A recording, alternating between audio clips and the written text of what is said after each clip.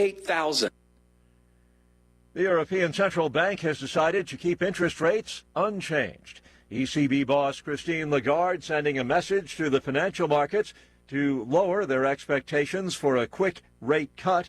Lagarde says that bank officials must make sure that inflation is firmly under control before they reduce rates.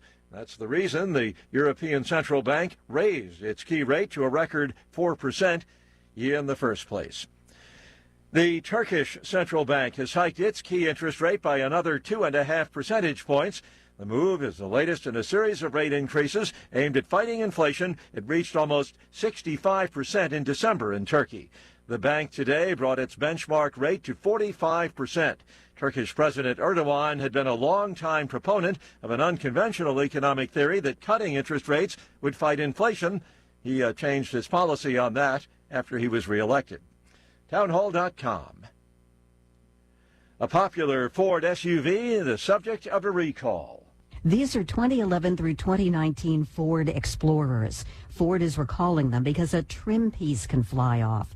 That could be a danger to other drivers. The National Highway Traffic Safety Administration says clips holding the trim that covers the roof supports close to the windshield can come loose. If that happens, the trim piece can fly off, and that would increase the risk of a crash.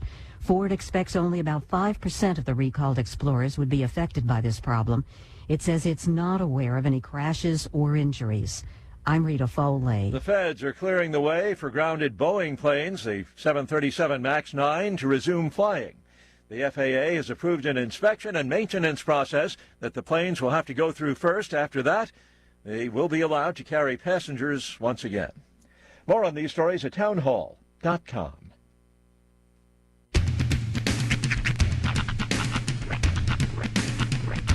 What in the wide world of sports is going on here? I promise you, whatever scum did this, not one man in this force will rest for 1 minute until he's behind bars. Now let's grab a bite to eat. Yeah, come on. I feel the hot wind on my shoulder and the touch of a world that is older. I hit the switch and check the number. I leave it on and then I slumber. I hear the rhythm ringing through it. Flamenco guitar and cumbia music.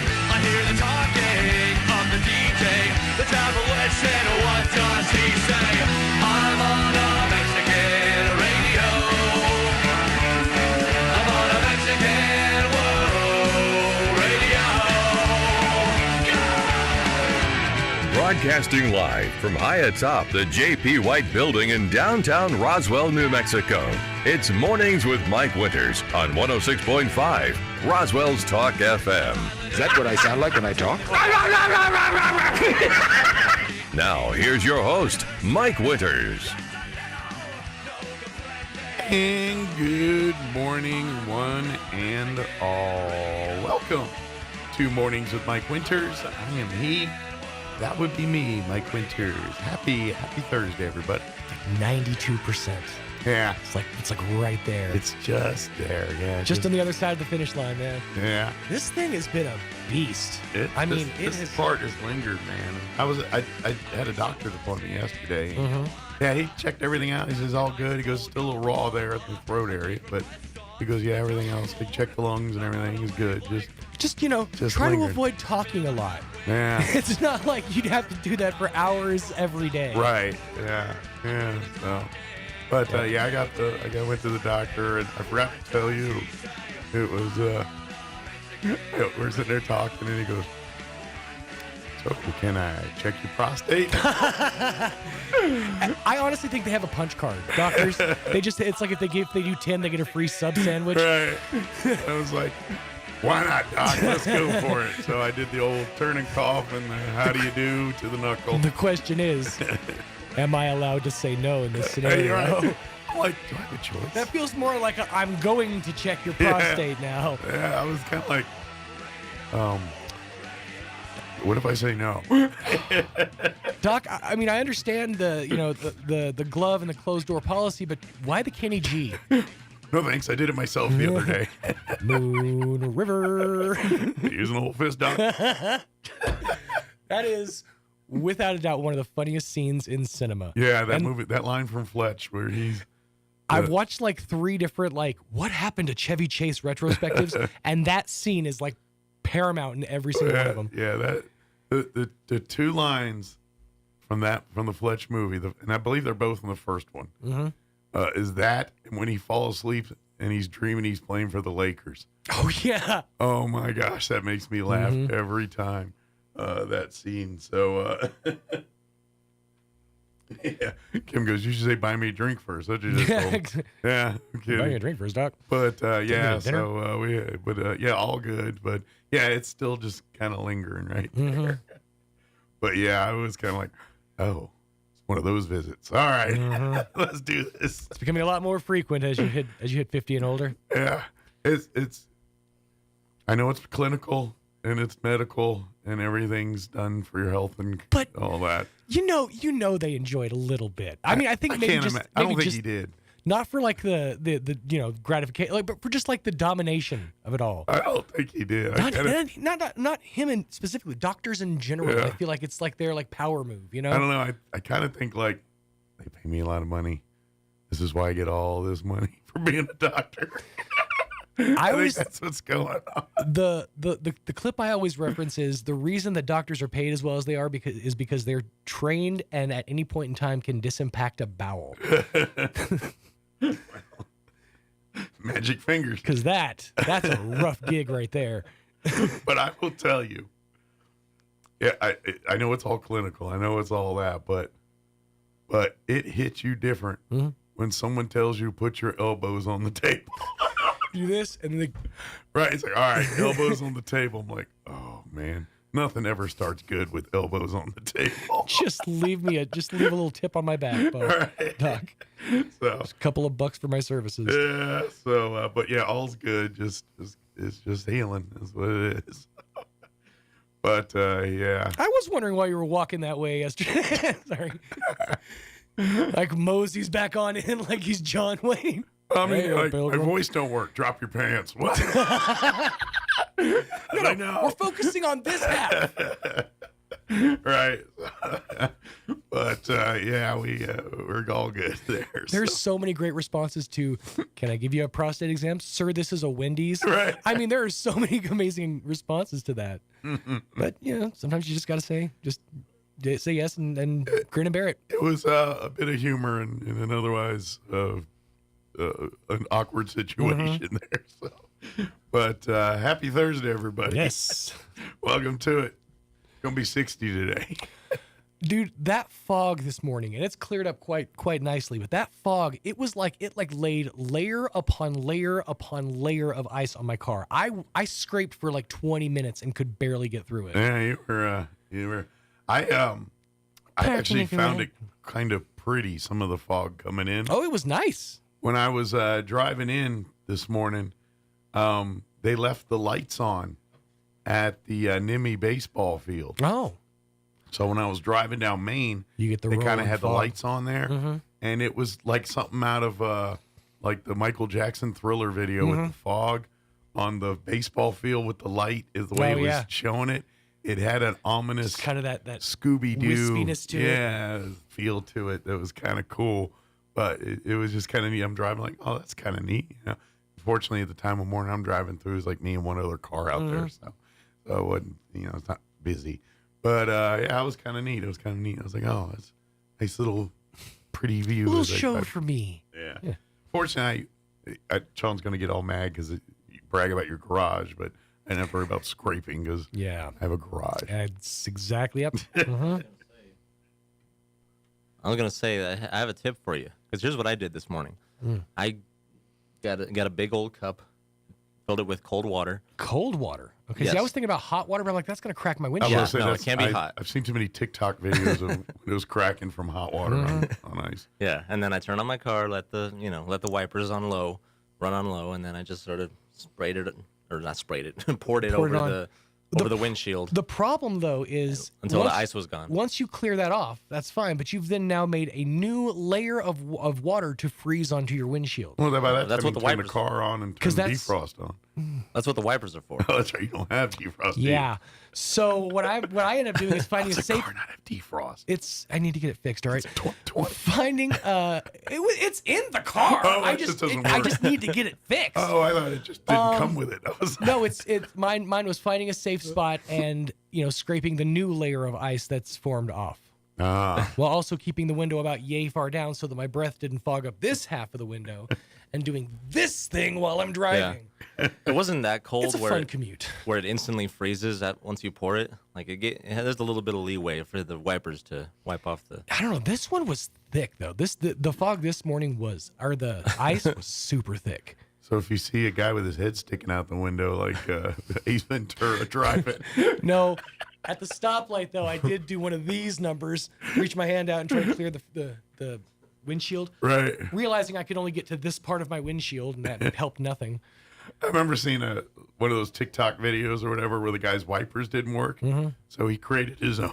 Oh, yeah. And he literally had this string that I've seen that. back and forth or a pole or something Mm-hmm. and making the wipers do this while he's driving. That's genius. Yeah. There's another one, and this is great for like summertime. But the guy like retrofitted his truck. You know how they got the triangle windows in the front of some trucks? Yeah. He retrofitted that with PVC pipe so that when he's driving down the road, the wind from the road would blow through these PVC pipes and into the car. Oh, okay. So like little air conditioner. Air system there. Yeah. And I've seen the ones where people put the window unit in the back of the pickup truck. Oh, yeah. That's a classy move right there. I bet it keeps it nice and chilly, though. Oh, sure. Loud. But, hot or cold air blowing on your neck while you're driving your pickup. Yeah, that's quite nice. That's nice. I kind of want one. No, I was kidding. Oh, man. But happy Thursday, everybody. Hope your day is going well. Let me give you the rundown for today's show. We do have a lot to get to. We're going to replay our interview we had with Lori Schatz and Alethea Hartwell from the Roswell Communal Theater, talking about the big Johnny Cash show coming up. Geneva Martinez with Many Hands joined us, what's today, Tuesday. So we're going to play that in the 8 o'clock hour. And then Crystal Noble with the Humane Society going to join us in the 9 o'clock hour and give us an update there. Before we do any of that, though, let's go ahead and get you up to date on the weather. Not bad today. But tomorrow we got more rain chances, allegedly. I'm meteorologist Steve Hamilton with your Pecos Valley weather. Pretty mild over the next couple of days. Low pressure is on its way out of our area. 60 to 65 on the afternoon high, and we should get plenty of sunshine. Overnight looks clear but chilly, low to mid 30s, and then on Friday we'll have sunshine, upper 50s to low 60s, and it will be a little bit windy. Sunny skies for the upcoming weekend, highs in the 50s. That's your latest forecast. I'm meteorologist Steve Hamilton. Thank you, Steve. Currently 34 degrees here in Roswell. Humidity is at 85%. Winds are calm at the moment. Mostly sunny today. Expect a high near 60. Winds will be out of the south at around 5 miles per hour. Mostly clear tonight. Looking at an overnight low of 34 degrees. South winds at around 5 miles per hour. Friday, there is a 20% chance at some showers early before 11 a.m. Mostly sunny otherwise with a high of 56. Winds are going to be breezy, though, out of the west early, 5 to 10, but picking up out of the north, 15 to 20 miles per hour by tomorrow afternoon. Friday night, mostly clear with an overnight low of 34 degrees. And then looking at the weekend, sunny for Saturday and 57. North winds at around 5 miles per hour. Sunny on Sunday with highs right around 61 degrees. All right, 7:16. We're going to take a 3-minute break. Then we're going to play our interview we had with Lori Schatz and Alethea Hartwell from the Roswell Communal Theater, and talk a little Kiwanis Club as well, too. Don't go away.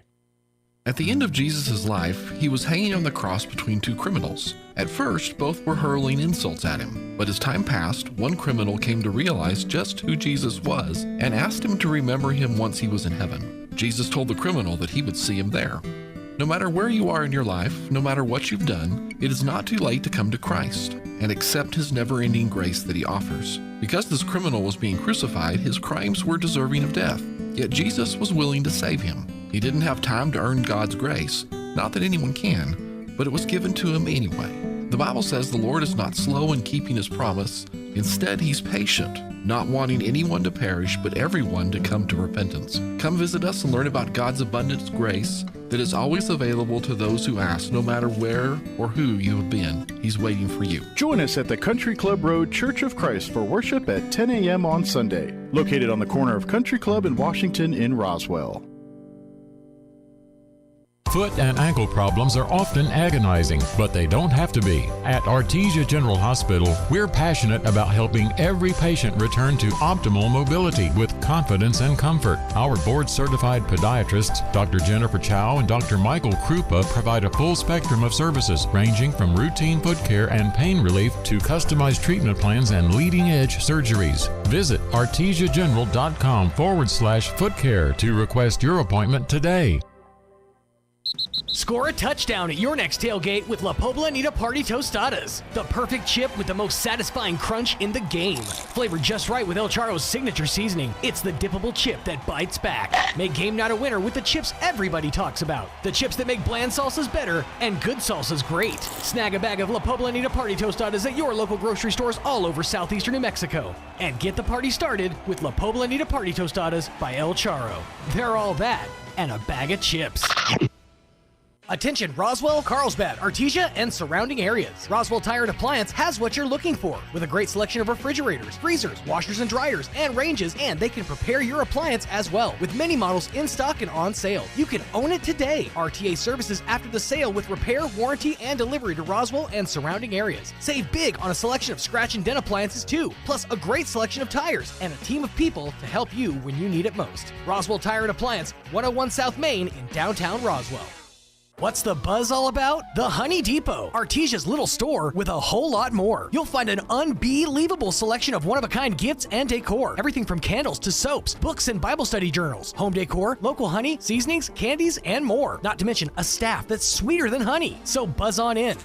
If you can't find it here, you probably don't need it. Open Tuesday through Friday, 11 to 5:30, Saturdays 10 to 6, closed Sunday and Monday at 104 West Hermosa Drive in Artesia. Shop local. Shop Honey Depot, the little store with a whole lot more. Here's a Mornings with Mike Winters fun fact. Men are 6 times more likely to be struck by lightning than women. That's because men are 6 times more likely to wear a tinfoil hat in a thunderstorm. Here's Mike Winters. And good morning. It is 17 minutes after 9 o'clock, and joining us in studio this morning, Alethea Hartwell with the Roswell Community Theater. Lori Schatz with us as well this morning. Good morning, ladies. Good morning. And of course, Lori wears many hats, including the Roswell Community Theater hat. So I'm just like, here's Alethea with the Community Theater and Lori with all the other stuff. Good morning, ladies. How y'all doing? Doing good. She got too many things going on to label her one hat there. So I'm like, I like that. So, of course, y'all been busy at the Community Theater. Just wrapped up one play and rolling right into the next one here. So, yes. If you missed the Savannah Sipping Society, you missed. Sorry, we just wrapped that one up. Yep. For now, we're going on to the next one here for you guys there. And, of course, there's other stuff down the road, too, which is also what we're kind of covering here. Yeah. So real quick, before we talk about that, talk about the next play here that they can go check out here in the coming weeks. Okay, yeah, so we just started production for Around the World in 80 Days based on the book by Jules Verne, and it has 5 characters in it, and they play about 40 different parts. And by the way, this is true in anything. The book Around the World in 80 Days is not the same as the various, I think there's been several different versions of it in movie form. Mm-hmm, yeah. There's similarities, but it's a different story. Right. It's like Wizard of Oz or some of these, you're like, well, that's not how the movie went. Right. Same kind of deal here. Silver shoes instead of ruby slippers, whatever. Right. Don't read the book. You're going to be, it's not going to match. It's the book version. So it's the way the good Lord intended. The guy who created it. That's right. So if you want to, that's got to be hard to pull off. Yeah. A book that's been done into a movie about going around the world. And, we got to recreate that on a stage. On a stage. With how many? 5? A small stage. With 5 actors, yeah. With 5 actors, go. So it sounds like y'all bit off an elephant here. It's huge. Yeah. But I imagine it's a lot of fun. How's the cast doing and everything? With as far as we had our blocking a rehearsal last night, and it went pretty well. Good deal. Yeah. So what the dates for folks? So we open on March 8th. Okay. And so it's 2 weekends, 8th, 9th, 10th, and then I think it's the 16th, 17th, 18th, whatever that next weekend is. If you go to RoswellTheater.com, spell theater like live theater, Theatre, not the eater. That's how you spell like movie theater.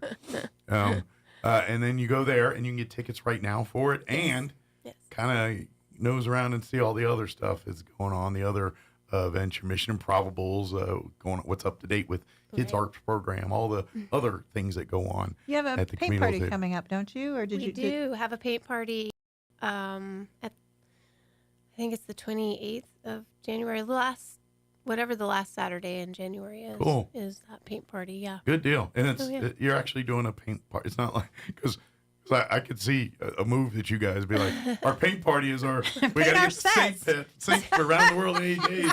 We got That's a great idea. That is a fabulous idea. They pay you to come in and paint your set. I'd be a little bit nervous about what would come out. Is wine coming with it? And then you're like, well, that's kind of like Egypt.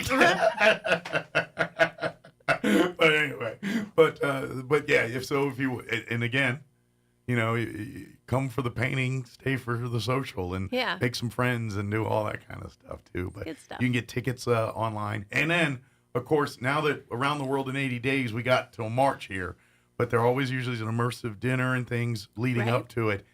Now's the time to get in on that because that fills up fast.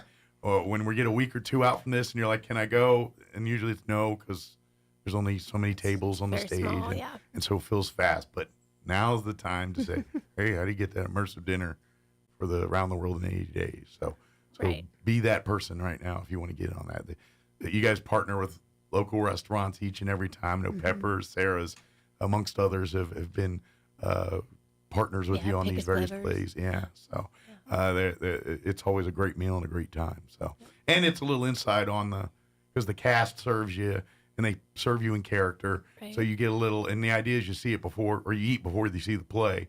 So you get a little kind of inside skinny on some of the characters and some of that, some of the stuff. And with this group, it might be a little schizophrenic because the 5 of them are playing like 50 characters. Yes. There's a lot of characters. Put them in a costume and say, go. It could be your improv. So who are you now?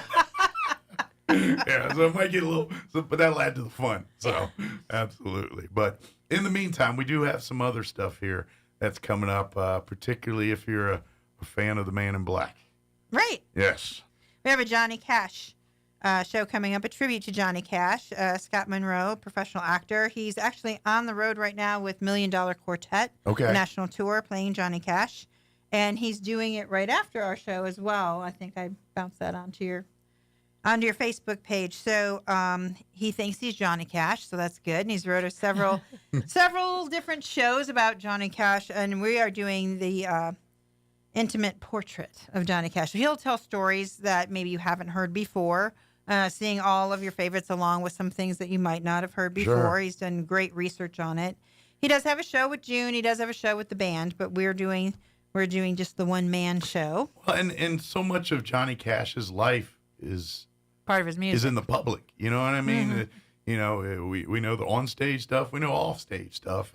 And to me, that's what kind of cements the legend, because despite all the rough road and the things that Johnny Cash dealt with in his life, I mean, he's an iconic person. I mean, that guy, he crosses generations.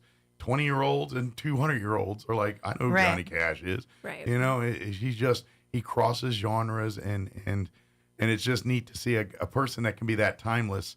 And then you look at him, it's like, oh, he's not perfect. You know what I mean? Like people like that get put on pedestals, and we really got to see the human side of him. And so I think to us, that's why we as people connect with him so much more. So we can't have Johnny in person anymore. I mean, but you know, this is the next best thing is these people that, like you said, this gentleman who literally lives, breathes, eats, sleeps the lifestyle of Johnny Cash. So that translates to, you know, imagine he's not the best to be buddies with, but to go see him do a show is probably amazing. I don't think you want to, you know, go have a beer with a guy later. I mean, you might, but he might be a little too Johnny Cash for you. But well, Scott, I met Scott back in 2010, and he was my director for Ring of Fire, which is a whole. If you don't know what that show is, it's a huge musical about Johnny Cash. Right. Every actor and actress has to play rhythm and guitar. And there's a huge band behind them, and it is a really great show. Right. He did such a fantastic job that I swore that I would never do it again unless it could be done as well as we did it it's that either time. him or nobody. And when he was directing the show, he got the call for the national tour. So he's been doing Johnny Cash since then, and was interested in Johnny Cash before then. So sure. Well, and the great thing is, or the challenge for him is, again, getting back to the point that we all know Johnny Cash, and so that's a lot of he's got to be on his game as well. It's like Elvis. You know what I mean? Right. It's like you see it and you're like, that guy's Elvis, or that guy's a joke. You know what I mean? Right. Yeah. And so to be able to say, I'm going to be Johnny Cash, and like, good luck with that, buddy. Right. You know what I mean? And then to say, look, not he ain't Johnny, but he's nailing this. And so to do that and do it right, and do it to where people that are fans of Johnny Cash are saying, kind of anointing it or giving really it the good. blessing that this guy's legit. That's a tall order, because that's such a hard character to get everybody to agree on that you nail. You know what I mean? Right. And so for it to be universally known is like, this guy's Johnny Cash. The guy in black. Yeah, so if you love Johnny Cash, which we all do, this is about the best we can do to get to see Johnny Cash on a stage performing songs right now. And I don't think I gave you the date. It's Saturday, February 3rd. So we have a 2:00 and a 6:00. Again, we have the VIP tickets. Okay. And we have general admission tickets. So VIP are $45, general is $35. You can either call 575-513-8119, and if you have called that number, I will get back with you. Or you can go to the website, which is www.roswelltheatre.re. Live theater. to get your tickets there, and you can see the seating chart and the VIP tickets have the best seats in the house. Well, and to be honest, if you've ever seen a performance at the Communal Theater, there's not a bad seat. There's no such thing. It's the old Park Twin for people that it's basically one of those theaters that it seats roughly around 200, and every single seat's a good seat, and you're gonna enjoy Johnny. But that being said, it would behoove you to pony up the extra $10 for the VIP. Yes. The amount of treatment you get for $10 is well worth the $10 extra to pay for this. It's like, you can pay $35, sit in the back, and we'll give you a seat, and you sit, enjoy the show, and go about your day. Or $10 more, and you get an admission, get a little drink, little schmoozing, a little bit of noshing, and then back to the show. Right, and you get to meet the artist. You meet the artist before the concert. Yeah, so he'll come out after, but before the concert, you will you get to meet him before he even goes out. A little new twist, I think, on kind of what we're doing. Of course, the Little Theater is using the proceeds for their roof. And also probably towards some new sound equipment and lighting that they've been wanting to get for a while. And then my section of it, I am donating my proceeds to a young lady who I just found out. This is weird. I don't even know her. She has stage 4 cancer. She has 3 young children. One of them is severely handicapped. Oh, man. And she's chosen a different route to get her medical treatment. And so it's all out of pocket. So I'm trying to help subsidize that medical bill. Yeah. So she also wrote a book, and I should have pulled it up. Maybe I will before we're done here. A children's book that you can purchase at Amazon. It's for kids between 8 and 12, and it's a fairy tale. It's great. It's wholesome. It's maybe she wonderful. can set up a table at the event. Well, she's going to be in Phoenix, but her husband and her kids are coming. Okay, she's probably in medical treatment. And now, that's what she's doing now. Yeah. And there will be a donation jar as well. But once we get all the bills paid, if there's any money left over, my half of the proceeds are going to go to her cause. So I'll have more information on that next week, hopefully. Sure. Hint, hint that I want to be on next week. And to talk about the concert again. If you'd like, bring some of the family. We can talk. Yeah, we can I just find a way met to them support them last outside night, of this so too. Yeah. I just talked to her on the phone last night. And I know that Rock Chiropractic, it is Rock Chiropractic, but the CrossFit gym here in town is going to also be doing a fundraiser for her. Oh, good. So if I know more information about that next week, like a date or anything, I will bring that with me as well. And that's how I kind of found out about the family. Has the family talked to the Chaves County Cancer Fund? They don't live in Chaves County. They're in Artesia. Oh, I got. And I didn't know that till last night either. Oh, bummer. Yeah. I found out about them through someone here in Roswell, so Yeah. I assumed they were a family here, but they're not. I'm guessing Eddy County doesn't have anything similar. I don't know. I don't know but either. we can always look up and see what's going on. Yeah. So it's hard. Yeah, it is very hard, and that's so funny because I don't know her. I just know that She I'm needs supposed help, to do and this. what can we do? Yeah. So anyway, that's a little different than what we normally do. But we're really excited about the concert in whole, and we have had some interest. It will be in the paper today. There will be an article about Scott himself. Good deal. On Sunday, so make sure you keep your eyes open for that.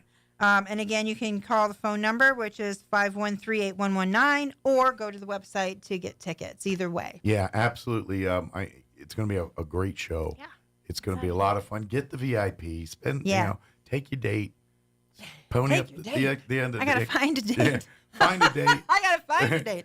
and Maybe Scott will be my date. Pony up the $10 and make it a special night. Special date. Just have fun. Let's be honest. If you want to see level talent of this caliber, and if you want to see this, you couldn't come to Roswell and see this.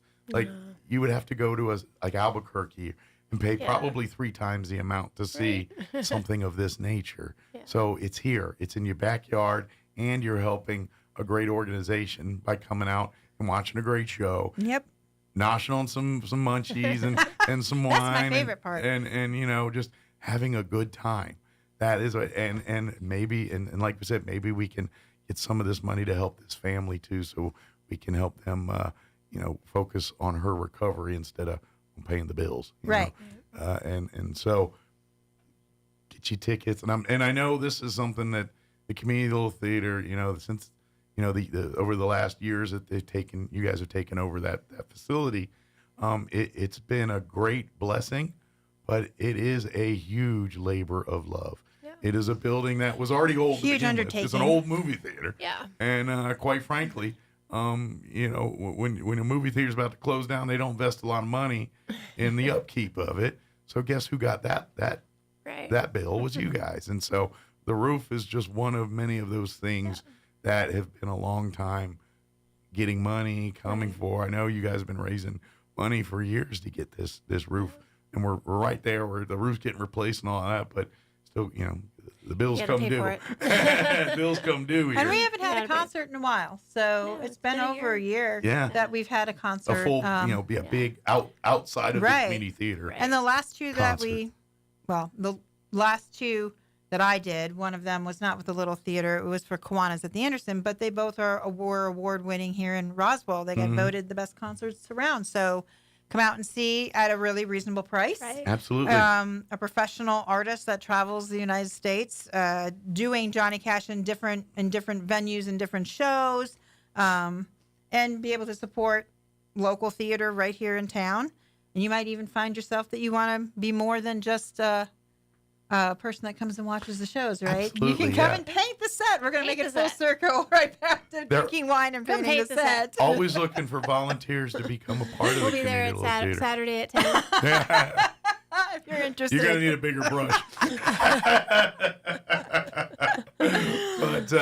But yeah, there's lots of volunteer. And even if you don't want to act or sing, if you're like, no, I'm not that. But if you love creating, if you love to build, if you love to do, we need those people that are good at building sets and building fake doors and fake rooms and things like that to make like real rooms, and then fake boats that travel across the. Or maybe you're a picker. Maybe you love doing the yard sale thing every Saturday and all that.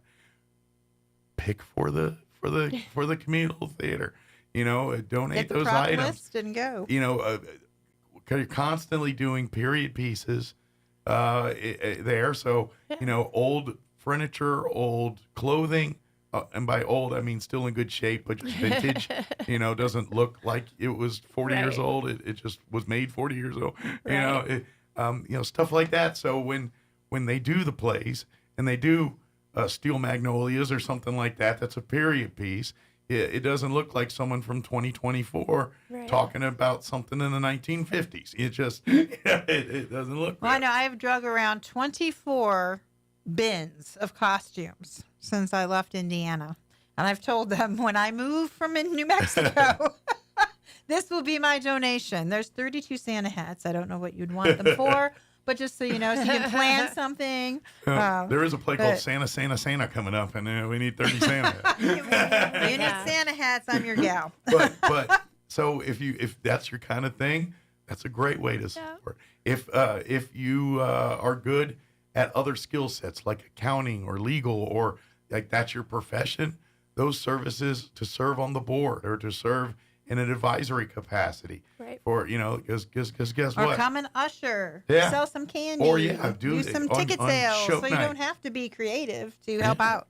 Yeah, show night, come and they sell drinks and refreshments usually in the lobby before, during intermission stuff. Need people there, like you said, ushers, ticket takers, just the people that kind of navigate everybody around on performance night. Even behind the scenes when there's costume changing or makeup, if that's your thing, you love doing makeup. I know you have one or two artists that kind of are on call for you guys, but they have lives too and can't be on call every weekend. So to have several people that are able to do makeup or can help with costume changes and kind of the Sound and helping lights, with that's a big sound one, and too. lighting. Yeah, Come and learn how to do that, even if you don't know. But you want to. You got a couple people again that learn. can do it, but again, they can't be at every performance. So if we have a stable of people that can run sound and lighting, that can do some of these things, then we won't have to worry about that show night when everyone's like, "Where's the makeup person?" I don't know. They're not here yet. They're running late, or they had a wedding and they got to go to first, and then they'll be here. All the other 70 things that can happen show night. That's so. If you want to serve in that way, that's all. There's lots of different roles to volunteer and be a part of the communal theater and not technically act or sing or do anything on the stage. Correct. So please, and then get your tickets for Johnny Cash. It's going to sneak up on you. It's the 3rd. It's the first Saturday of I was February. about to say, we're only You're a couple going to weeks be away like, as it is. Yeah, it's going to be like, wow, we're in February already, and you're we're going to miss about, it. What, two and a half weeks away from this it's thing. a week from this Saturday. Yeah, so a week I'm from this less Saturday. than So that. yeah. Less than 2 weeks. So please go and get. I know we're the land of manana, but guarantee, I know it's like I know I panic all the time, and then it'll at be the February end, 8th. it's always good. It'll But be February 8th or the 9th of February 9th in the morning, and you're looking for tickets. I get it, but we all do that. no, don't do that. But don't this one. No, get there. And get the VIP. Spend the extra $10 to help out a great organization, help this, so we can get more money to help this family. And why not? $10 more to have a better experience. Yeah. Where you get meet and greet with the man himself. And I'm telling you, about the time the intermissions, like I can munch on a little something or have a drink or something, and it's nice. You go and then you mingle, and about that time you're like, all right, let's get some more Johnny in me, and let's do this. So it's gonna be fun. Come have fun with it. It's gonna be a fun night, and all of this is helping great causes. So if you want to support, especially today, right? Absolutely, you need your cause, especially today because we have that drizzle out there. Yeah, but you're pretty much done getting the roof. The roof is finished. We just have to pay for it. Right now, bills come due and everything else. So you're like, hey, let it rain. We're today. about you don't have to. We're about halfway done. Paying for it. Good. So we've got about half left. Yeah. So, but it's kind of nice now. Do you all wish for rainy days just to see your? Because you're like, I just paid a lot of money for this roof. I want to try this puppy out. Let's try this baby out. We don't have to hand out the little cups so that they can. Yeah. Well, no more trash cans everywhere. As a fellow flat roof owner, I know they can be a nightmare sometimes. But come go to RoswellTheater.com. Go THEATRE, and I'll tell you, when you get there, there's gonna be a little pop up, and it's got a little bishop or archbishop looking dude. He's an actor acting in a play, but he looks like a bishop, and he's gonna ask you for your email address. Give it to him. They're not fishing to send you bunch of, you're not going to get on lists or anything, but what you're going to get is anytime the communal theater has a new event or an announcement or anything that's going on that you would love, that they think you'd love, they're going to send you an email to tell you about it. So, and it's a great reminder because I had several people in Artesia say, hey, we got this reminder from Roswell Community Little Theater when you sent out the email blast. Yeah. And I said, yeah, because I keep telling you it's coming up. Absolutely. So they were impressed that they got that. So you can get that way you get that. And so, like, you don't miss out on things like those immersive dinners that everyone keeps missing out on. They want to get in on and don't find out too late. Talk to the bishop. Give the bishop your email. Give the bishop your info. At the website there. And you will be in the know for everything. And another great way is to like and follow the Roswell Community Little Theater Facebook page. Just type in Roswell Community Little Theater. It'll be the first thing that pops up. And you like and follow that. And then you can see updates like, like when the cast are rehearsing or getting the set ready. You get to see a lot of behind the scenes there. But you also get first crack at opportunities that come up for shows and events and things. Right. So it's just a good way to stay plugged in. Yeah. And support all the arts. This is, I know we have, for a town of this size of 50,000, as far as the music and entertainment and the museums and the culture side of this town, I'm sorry, you're not going to find a town of this size that has as many of those opportunities as Roswell, New Mexico. So support it. Support this. Support Way Off Broadway and all the other groups that do things like this. It's all makes us a better community. It gives us and to be honest, these are the kind of things that bring the other stuff. When they say we don't have enough doctors and policemen and stuff, when they're looking to recruit these people, they're looking for things to do, and things like this, believe it or not, are usually the difference makers. Look at all the stuff going on here. Every weekend there's something going on. This might be a nice place to live. It's also exciting if you look up at Spencer and what they're doing. Yeah. They're doing Johnny Cash at the end of their year in April. So it's like you can, and it's a different Johnny Cash, but it's interesting how there's 3 or 4 of their shows we're having here in Roswell before they support are doing all it there. arts. So support all arts. I will tell you, always, the Spencer Theater is an amazing place to see a show. However, I will invite you to compare the price of their Johnny Cash show versus for sure. the Johnny Cash show that you can see here February 9th. Oh, it is. And I have some insight on that because my father-in-law is actually one of the board. Mm-hmm. Like, when you go and you see the paintings of the people. Yeah. My father-in-law is one of the guys on the end there. The bald dude. That's my father-in-law. But anyway, I know how much things cost there. Mm-hmm. And I know, that big, beautiful red sculpture that looks kind of looks like a Christmas tree? That's a $1 million sculpture. So if you get married there or have a special event and rent, you have to get insurance for the Chihuly tree. Wow. Because I guess they had an incident. Not maybe the tree, but the Portco, glass. they had the roof collapse or something, and the whole vestibule there it did some damage. But those little red light sconces that kind of match that tree? Yeah. $40,000 a piece. Oh my! A piece, word. and there's about 50 that of would them help in your there. roof. Yeah. Just one. $40,000. That's what I need. $40,000. So just saying, you're going to be paying for all that. Maybe they could sell one and donate. Right. Yeah. Right. Let's call Charles. Maybe he'll break do one that down for and us. we can sell it, pay for but that's why you're going to see why you're paying a lot more for Johnny Cash. Yeah. At the Spencer versus here. Yeah. So that being this said, gentleman it's a wonderful experience. awesome. Go check it out. Yeah. Go get their meals. Go do it. But I'm telling you, you can do it cheaper. You here. can see it. I was going to say you can see it first here, and you'll spend less. Yeah. And then if you want to spend more money to go see someone else, you can. Yeah. And but compare them. You'll be back. You'll be back. And of course, you're helping locals right here, helping the communal theater, keeping by you and coming to see Johnny. this is the way this gentleman makes his living. I mean, he's a married guy, lives in Maryland. Marylander, huh? Yeah. Little connection there. So, I mean, I don't want to say at his age, but I mean, when you're in the arts for more than your 20s, right? You are on your own, right? So you have to recreate yourself all the time. So with that being said, too, He is developing a show about Neil Diamond. Oh, really? Yeah. And is he going to do like Johnny as Neil and everything? Yes, or? as Wow. Neil with his band and everything. So you never know. In a few years, you might have him back to be doing Neil Diamond. So he owns the rights to all that.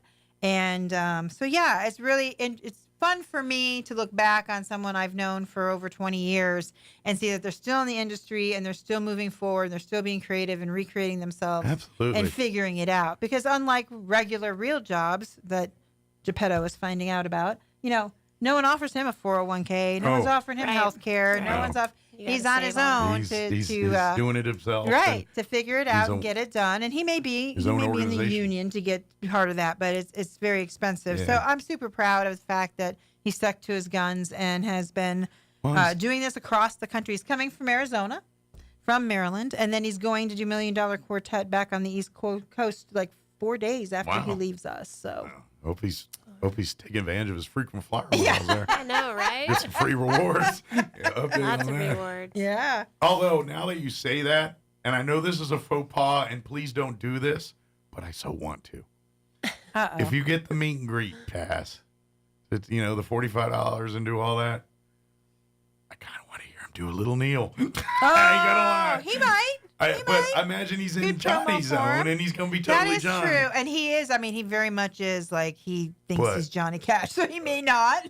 But I ain't going to lie. He might not be able to switch. Yeah, exactly. The curiosity of me wants to hear a little Neil Diamond there, too. I ain't going to lie. I'll be like, I want to hear a guy that does Johnny and Neil. Yeah. All right. Because they're both awesome, iconic. But right. They're different people. Different. They're not the same people. Oh, you know what I mean? They're different people. So. Interesting. But I thought it was exciting when I saw that was his new show that he's developing. So maybe in a few years we'll have that one. Yeah, absolutely. Well, yeah, that's right. So sell this puppy out so we can see Neil Diamond in a year because I want to see Neil Diamond. You got to come to this one first, right. So we can support the other one.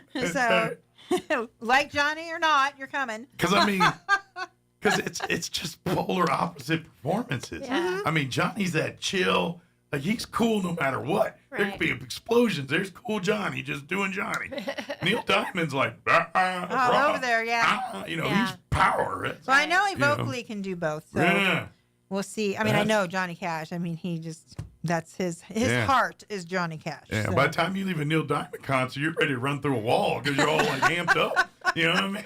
Does he still do concerts? I hope so. Neil Diamond? I don't know. He is kind of getting up there, but.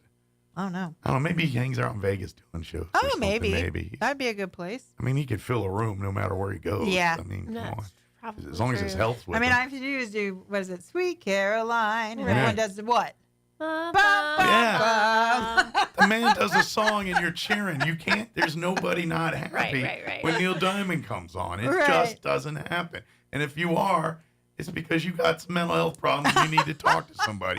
Because you've got life issues. That's true, too. Then you have Johnny Cash. That's very wah. Yeah. Right? Doom and gloom, Eeyore, kind of Johnny Cash. But it was, his music was great. I was very surprised when I did Ring of Fire how much I knew of Johnny Cash that I didn't realize I knew. Yeah. He's so iconic and he's touched so many aspects of life. And his songs are all about his life. Yeah. I mean, the cocaine song, Folsom Prison. I mean, he wasn't in prison, but he did concerts in prison. Wearing black, he does that specifically. That's all about, So he's one of those ones, unlike our pop music today, that goes, "Oh, you're a great songwriter. I like your song. I'm going to do it." Sure. He wrote his stuff. Well, he lived his stuff. It's like certain artists cross those, and like him, Willie Nelson is definitely one. There's certain artists that no matter what genre of music, those guys walk in the room, they're instantly the coolest people in the room. You know what I mean? They just are, and it could be a bunch of Beethovens rolling it. You know what I mean? Just class. And here comes Willie or Johnny. Yep. And you're like, oh, this room just got cool. You know what I mean? Right. You literally have the most iconic artist of all time. And then Johnny rolls in, and it instantly turns into, oh, dang. The other people are like, oh, Johnny's here. That's, and Neil's the same way. So it's just kind of, that's such a cool combo to me, but so, that fascinates me. Polar. A guy that can pull that off. Yeah. To me, that's like that. That's like it went up a few cool points. Like now he's gonna tackle Neil. I mean, that's. Boy, I would have started. Would have led with that if I would. No. Now I'm getting like Rich Little stat because like to me, I grew up in a certain genre. 20-year-olds have no idea who Rich Little is, but of the 70s and 80s, that guy could do anybody. You know, it's like, you know, and I'll give this guy. But for music, this guy's kind of like, if he can do Neil and Johnny, there's a lot else he could do too, talent. if he wanted to. Yeah. So, you know, but anyway, get the tickets, RoswellTheater.com, TheaTre. Get your tickets not only for this, but for Around the World in 80 Days, which will be in March. You should probably have another improv night here. Improv February 16th. Yeah, coming up. So, and those are fun Friday. If you love Whose Line Is It Anyway, it is that, but a live version of it. Right. And we get you have your comedy troupe that they play the different actors here, and then we have and I think it's usually you that's kind of the moderator that kind of gives the clues or the questions, and they gotta improv on the fly, recreate or act out that situation, and comedy ensues. And then of course the audience participation, they'll ask questions like, we need a job or profession, and everyone starts yelling out plumber, farmer, or whatever till Alethea says farmer. We'll go with farmer, and then so it's a fun night. It's a lot of fun. You're laughing with your teeth out and all that stuff. I guarantee it'll be a fun night. I'm going to say it's family friendly, but to be honest, this is more of a couples thing. I mean, you can bring the kids and all that, but to me, this is more of a date night. It's a Friday night. And this one will have a Valentine's Day theme, so since it's like right after Valentine's Day. So exactly. Make this I guarantee you will score Valentine points with your date by bringing them to Mission Improbable. It's going to be fun. But again, RoswellTheater.com. Get your tickets there for that, and definitely get ready to have some fun and come support the artists. Some support the arts. Come see what cool opportunities for entertainment you have in your own backyard. Right. Yeah. Is right here. And we're bringing it right in, so you don't have to go anywhere. Absolutely.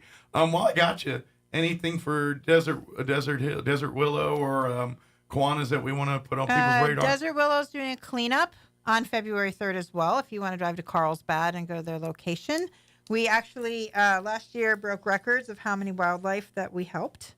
So that's online. If you want to go to the website, you can see all of that. And by the way, they rescue animals all over the state. Yeah. It's not just southeast New Mexico. And we're doing a rehab the 10th and 11th of February. If you're interested in wildlife rehab to get certified, we're doing a weekend of that. Okay. So give me a call and I'll give you the information. And my phone number is 575-513-8119. So that's for the wildlife. I just put Kiwanis Centennial in for Kiwanis Project, National Project, to see if we can get recognition for the park. So if you haven't been over there, it's awesome. It's really cool. Say the name of the park for me. Cielo Grande, is that right? Cielo Grande. Thank you. Yes. It's there. Our archway is going up right now. We've ordered our plaques for our contributors, and we're super excited. We haven't done the ribbon cutting yet, but when all that happens, our plan is March 28th to have a big shindig at the convention center where everyone is invited. It will be meal. It's called dinner, dance, and dessert. So you will get dinner, dance, and dessert for like $35. It's going to be really reasonable. And we want everyone to come and celebrate with us. So you don't have to be a civic group or not. And then Artesia, if you're in Artesia, El Truce is having their smorgasbord on February 18th. Speaking of which eating. is not smorgasbord anymore. It's an enchilada plate. And it's $10, so please come down and But they're support very good. that civic organization. Yeah, the enchiladas are very good. They got the people that know how to make enchiladas. Oh, and they yeah. make pretty good ones. Our group is very well organized, and it's so much easier than smorgasbord. Yeah. So. Although I did love the smorgasbord. Oh, too. yeah, everyone loved it, but It was labor intense. When I did the morning show in Artesia for 8 years, and that smorgasbord is a staple in Artesia. It was, So that's why we still call it that. I believe this will be the last year we call it that, because it is not a smorgasbord at all. Not even. So, it's a Mexican enchilada. It's an enchilada plate. I mean, that's what it is. So like, is smorgasbord like I don't know, something Scandinavian or something. Yeah, and it means that there's a lot of different things. Like, just like you know. It's nothing to do with enchiladas. No, it has nothing to do with enchiladas. They don't even know what enchiladas are, probably. Well, they do now because of modern times. But, yeah, and then also you have an altruistic group, and they're having Denim and Diamonds in February. Yes, it's $100 that's a our ticket, annual and event. it's at the convention center, and that's always a great time as well. So make sure that you check that out right here in town. And that park that the Kiwanians have done, that's the future of playgrounds. That's it's an all-inclusive for children on the spectrum can equally enjoy it as much as children that aren't on the spectrum. Correct. That's what it's designed for. And so hopefully it's the first of many of these parks springing up in our community. Because we have phase 2 now that the Kiwanis will always every year try to improve the park, whether it's just a bench or maybe a shaded area or water fountain, now that the core of it's there, it's our project like for life. So, and I know that the city is very enthusiastic about phase 2, which will go on around what is already there. So sure. Well, and that's got to be that partnership. We have to get the first one though. Yeah, because the city at some point does take over maintenance control right. and they things are like the ones that, that do and that. do all that. And you guys come in and do the bigger improvements when each yearly or whatever to add more and keeping the park relevant basically. Right. And keeping There's not a lot of seating and shade for the caregivers of the kiddos. So that's what our next. That's what Kiwanis wants to provide right next. Now. So get you one of umbrella. Get you in a big golf and a umbrella. chair, right? Or and a lawn walker. chair. That turns out to be a chair, one of those. Yeah. But there are some benches there. But we're working on that phase 2, which is going to have the trees and more places to sit. So. Although right around now you're going to want the sun. Yeah, exactly. It's kind of cold. But come June you're going to want to bring it up. Yeah. Yeah. It's one extreme to the other around here. It is southeast New Mexico. We live in a desert. We can, certain things we can control and can't. One is the weather. We cannot control that. Yeah. It's going to be cold at night and hot during the day. I'm That's becoming just a what desert rat when 20 is cold. And I call my friends in Indiana and they're like, we had minus 26 degrees. And I'm like, I can't even imagine that anymore. Completely. Yeah, I'm completely spoiled by New Mexico. I go back to Maryland to visit. And in the summer, I'm complaining about the humidity. And in the winter, I'm complaining about the cold. I hear you. But I'll tell you, when I go back, do you see a lot of more green now than you did when you lived there? I'm like, this is amazing when you go back. It's a different shade of green. Right. You don't realize how green it is. Like, you go to Ruidoso or someplace that we call green here. Right. And you're like, yeah, it's nice. It's green. But no, it's really green. Like their green's so old. It's like gone it's like going to 3 different shades of green. That's 200 years of green. You know what I mean? And it just you get that, especially you get Maryland, Virginia, and you get down some of those Georgia, Tennessee. and there's swampland in some of those areas, and that produces a whole different kind of green. Yeah. And plants that you're like, what is that? Some swamp That's why plant. I prefer to go back like in August, September. Yeah, right? The corn's really high, it's super green. New Mexico doesn't have all the weird looking animals and plants. There's some weird ones back east too that y'all would come across. I'm like, what the heck is that thing? I'm not touching it. I know we're all freaked out by vinegrones until back east when you see them here. It's like, oh, it's a vinegrone. Like, what in God's greener is that thing? Yeah, I know the first time I saw one, I was like, what? Is it going to eat me? What is it? They're harmless. That's right. Yeah. Maryland. Wait till cicada season hits Maryland and you hang out there. Right. You want to talk about cicada. Creepy Fest. That's Creepy Fest. It sounds like you live in an Alfred Hitchcock movie 24/7. But anyway, I digress. So, did we get everything? Is there anything we missed? I think we got everything. Awesome. Yep, February 3rd is the concert. You can, again, call 575-513-8119 or go to the website, roswelltheater.com, and you can see the seating chart there and get your tickets and get ready for the VIP at $45 and the general at $35. No excuse you can't come. There's a 2 o'clock in the afternoon, so you don't even have to drive in the dark, or 6 o'clock in the evening. That's right. So you can do dinner afterwards or before. Or more like a lunch before, but depending on when. Which one? Yeah. Well, if you do the 4 o'clock, then it's like 70-year-old dinner. Right. Well, that's what the 2 o'clock's for. Eat dinner 4 o'clock. I'm with that group. To be honest, I used to be adamantly against that. As I get older, I'm like, it makes more sense. 4:30 isn't bad. It's almost dark. It's got to be time to eat. Oh, my Lanta. Yeah. You're the youngest one in the room. Be quiet. Right.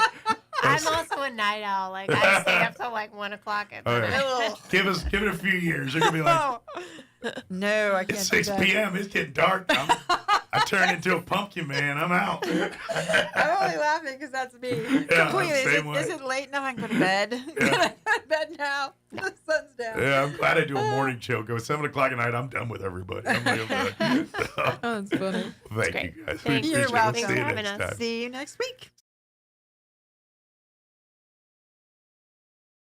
Here's an important message from the Diabetes Solution Center. Do you like pricking your fingers to test your blood sugar levels? No one does, but it's important to maintain your health. And now, by wearing a small remote device called a continuous glucose monitor, or CGM, you don't need to prick your fingers anymore. It's easy to use and helps you make more accurate diabetes treatment decisions. If you are testing your blood sugar 3 or more times daily, injecting insulin, or using an insulin pump, call the Diabetes Solution Center right now. And if you have Medicare or most major insurance coverage, you may be able to get a new CGM at little to no out-of-pocket cost. Shipping is free, and we'll even bill your insurance company for you. If you are testing your blood sugar 3 or more times daily, injecting insulin, or using an insulin pump, call the Diabetes Solution Center right now to learn how to end the painful finger sticks and get your own continuous glucose monitor, or CGM, at little to no out-of-pocket cost. Ukrainian people with these claims that Ukrainian prisoners of war have been killed. Now, Ukraine is saying it has no verified and confirmed information that there were, in fact, Ukrainian prisoners on board the plane. Weather forecasters in Japan predicting more heavy snow a day after nearly 800 vehicles got trapped on an expressway in central Japan. The 4-mile traffic jam started when a couple of big rigs got stuck in all of that snow. News and analysis at townhall.com. United and Alaska Airlines plan to return Boeing 737 MAX 9 jetliners to service in the coming days now that the FAA says it's okay. The Federal Aviation Administration has approved an inspection and maintenance process that the planes must first go through. After that, they will be allowed to carry passengers again. The FAA says it will not agree to any Boeing request to expand production of MAX planes until the agency is satisfied that quality control concerns have been addressed. Meanwhile, Congress is getting involved in examining safety at Boeing after a panel flew off a Boeing 737 MAX 9 jetliner in mid-flight this month. Correspondent Lisa Dwyer. Former President Trump's civil defamation trial set to resume today in New York City. A juror's illness had halted the proceedings earlier in the week. Mr. Trump expected in court and is expected to testify. More on these stories at townhall.com.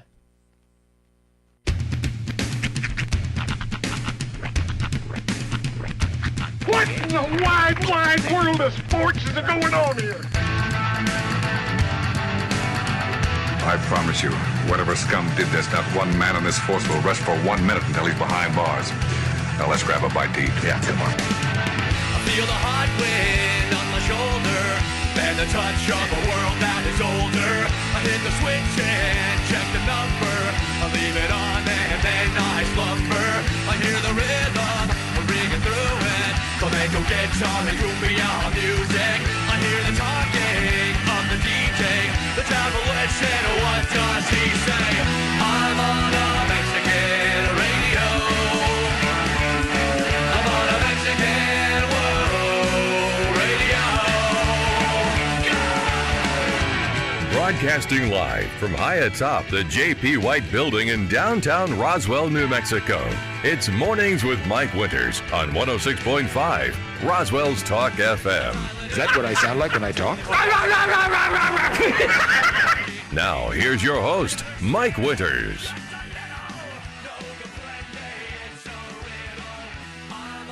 And good morning. It is 6 minutes after 8 o'clock. Welcome to hour number 2. Good news. Mornings with Mike Winters here on 106.5 Roswell's Talk FM. Happy Thursday, everybody. Yes, sir. You know, so last night, because Dion's Pizza they did their community night for the Roswell Lady Cow basketball team. If you ordered Dion's between 5 and 8 yesterday, a portion of your purchase money goes back to the Coyote. Yep. Dion's does this quite often for various organizations. So last night they were doing one for the Coyotes. So my wife and I said, oh, let's do Dion's for dinner. And Kim, of course, went with my always suggestion, the turkey sandwich with the green, because that's just the 10. Nice. She got me one, but I was in the mood for pizza. So I went, but because of our discussion that we had either yesterday or the day before, I don't remember which, I was like, let's throw some black olives on that pizza. Nice. So I had me a sausage, mushroom, and black olive pizza, and it was delicious. Awesome. And I wanted salad. So for the first time, I did not get the family size. I'm like, I'm not doing that because there's not enough 3 people. pounds of salad. Yeah. So I got the middle one. The one it's, I think they call it full. There's like half full and family. So I got full. And that's still big salad. Like Kim didn't eat salad, but I had a good sized salad. And I ain't gonna lie, I don't. It doesn't look like I made a big dent in that salad bowl. So I'm gonna assume what you're having for lunch today is more Dion's. Yeah. Yeah. I got. Sounds like you guys ordered enough to feed my family, my kids, and the other. I know. Kids' moms. We family. do this all because I want something and she wants something, and I go big because I like leftovers. So I get. Don't large they do half portion like half sandwiches? I don't know. I feel like if you could do a half sandwich and then like a salad. Well, my Kim ate her whole sandwich. She didn't eat anything else. I had a thing of salad and 3 pieces of pizza. Sorry, doctor. And, I mean, it was literally hours after what you went through. But I had to support the Coyotes. But I was so happy with them. I was like, yeah. This is working for me today. The black olives on the telling you, man, mushrooms. A well-placed black olive is really it really sets off a good pizza. And maybe I'm evolving as a human being, or I don't know. But like we used to go meat centric on pizza, like that meat lovers. I'm like, yeah, that's the only pizza the good Lord should be making here. But like, well, as a testament to my order last night, I got more veggies and meat on my pizza. You know what? That really is an evolvement on your part. I'd like to say I'm evolving a little. Absolutely. Bit as a human being. I got to tell you, I've tried, and Dion's amazing, but they have a sandwich over at Domino's. See, I've been kind of perusing their sandwiches, trying to. I like their sandwich, and they're all right. They're fine. Their Philly was good. I like their chicken bacon ranch sandwich. But I got to tell you, the best sandwich that they have is the Mediterranean veggie. I don't think I've had that one. It's all just vegetables. It's like spinach, peppers, and onions and stuff like that. But then they put in feta cheese crumbles. Yeah, it is a 10. All right. But it's like, of all the sandwiches you'd think, meat on meat on meat, that's a veggie sandwich. You're right. And it's pretty good. Who'd have to have a side of meat? But I'm baffled at the idea of a sandwich without a protein base. Yeah. I mean, the closest thing I would eat to it, and it's not even vegetarian, is a grilled cheese sandwich. Peanut butter and jelly.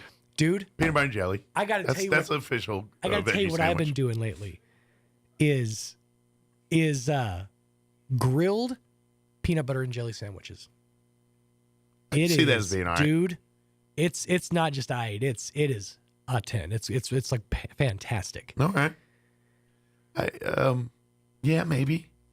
I get real iffy on hot peanut butter. I just do. Can we get that isolated as a drop? I get real iffy on hot peanut butter. I like a nice warm, peanut butter. Well, ever since you mentioned that peanut butter burger the other day, I've been really just craving peanut butter on hot peanut butter. Yeah, we were talking about the Sonic burger the other day, the peanut butter bacon burger. My theory though is you could save yourself so much money. Just go get yourself a regular bacon cheeseburger, and then slap some peanut butter on it. Yeah, it's basically the same thing. Yeah. Here with more insight, Israel. Right. No, I was just gonna say, I imagine the peanut butter being like specifically made with bacon like bits in it or something. What I've heard is it's a peanut butter sauce somewhere in the beef. And that's just it. Like the commercial, like when they show the commercial, the burger being made, it looks not like peanut butter because it's not put on with a knife. It's poured on like like you would have like a peanut butter, like if you got a sundae and had a peanut butter sauce on it, like you said. Yeah. That's what it looks like, which that detracts from me. Peanut butter should not be poured. Maybe it has like bacon sauce emulsified in the peanut butter. I guess I but you should not pour peanut butter. I'm sorry. It's kind of like how I feel when you add a Y to a word, like buttery. Why don't you just say butter? Yeah, because when I hear buttery, that means it's fake butter. It's fake butter, right? Like I love the fact that I noticed this at Christmas. Somebody got for the Mean Santa, somebody got truffles.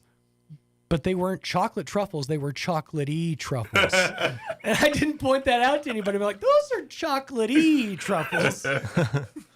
It's like when they invented chocolate adjacent, right? Chocolate. Yeah. Somebody went into a room where these were sitting and just screamed the word chocolate. Yeah, brown like chocolate. I'm trying to remember the name, but it's like when they invented those squeeze bottles, the Squeezums or whatever for the grape or the jelly flavor or something. Yeah, and it's like people thought that was insane. Squeeze-its, I think is what they're called. The evolution of those have gotten better.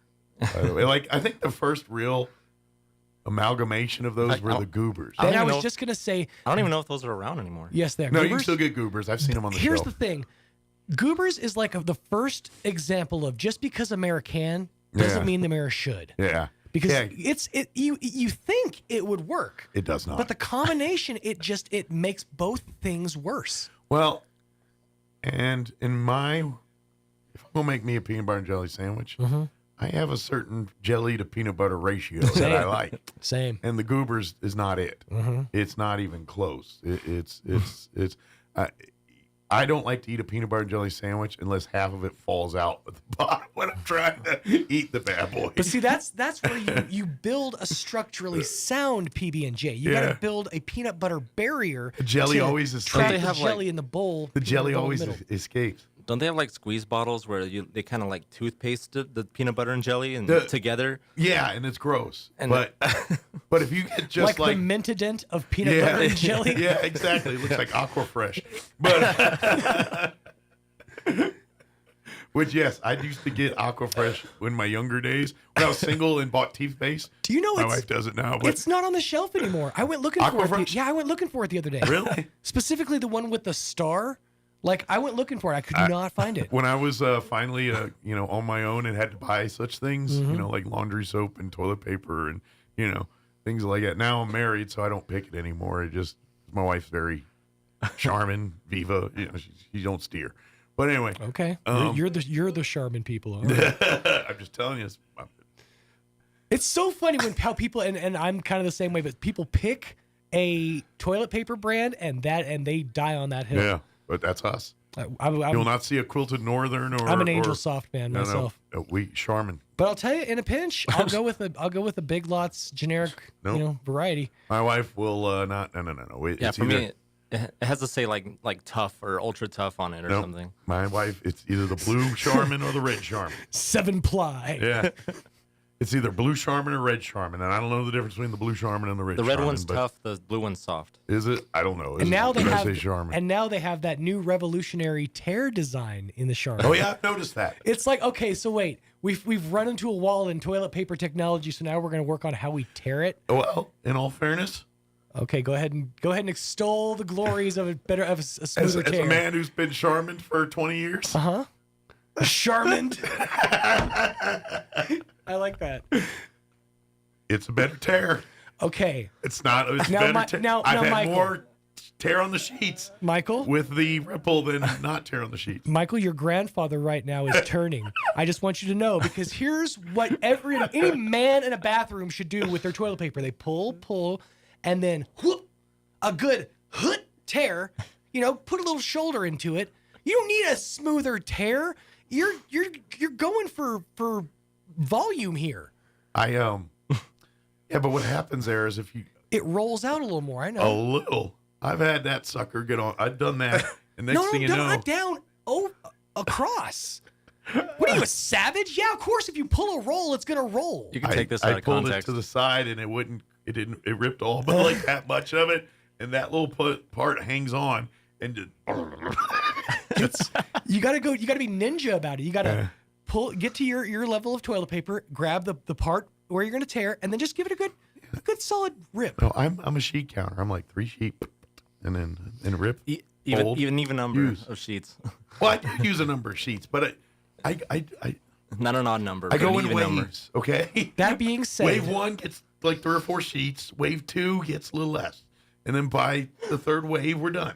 Right. You know that being said, I'm also a man that doesn't necessarily have a toilet paper roll. Yeah. I have a roll of toilet paper. It's just loose. No. Ours is on. So that I can. I'm a married man. Everything's on. Fine. It has a place. But this is what you do. You take your 2 fingers, you pick up the roll, and then now you're your own toilet paper roller. And you can do this and tear to your heart's content and have a smooth tear every time. It's such an enjoyable experience. Yeah. But it's just kind of a warning to Roy. He's going to be at my house this weekend. I don't have a toilet paper roll, just so you know. BYOTP. I have plenty of TP. I just don't have a roll with which to sit it on. But it also serves as the thing he smooths wood with. That's true. That is true. Also, grilled cheese is vegetarian. It's just not vegan. Yes. True. Yeah, true that. Because earlier you said it wasn't vegetarian, so I just wanted to. Unless you put like elaborate. Yeah, you're right. The way I make a grilled cheese, you got to put a ham slice in between 2 pieces of cheese. Well, yeah. And that's just a spit on vegetarians. Yeah, people ask me, it's like, how do you like your grilled cheese? I'm like, with ham. Call it ham and cheese. Ham, little powdered sugar, deep fried, some lingonberry jam. Call it a Monte Cristo. That's right. That's how I like my grilled cheese. All right. I like my grilled cheese on a burger patty.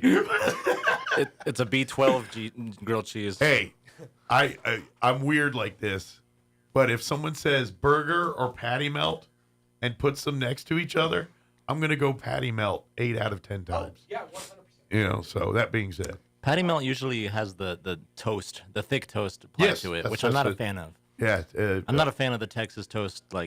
I am when it's done right.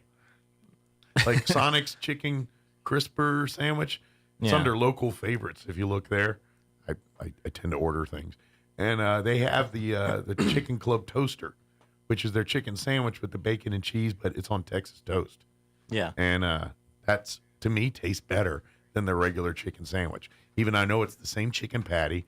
I know it's the same bread. It's, or the same bacon, same everything. It's just when you put it on that Texas toast, that chicken sandwich tastes better to me than their regular chicken sandwich. One of the greatest hacks I was ever given is when somebody told me that for no charge at Whataburger, you can upgrade any burger to Texas toast. Mm.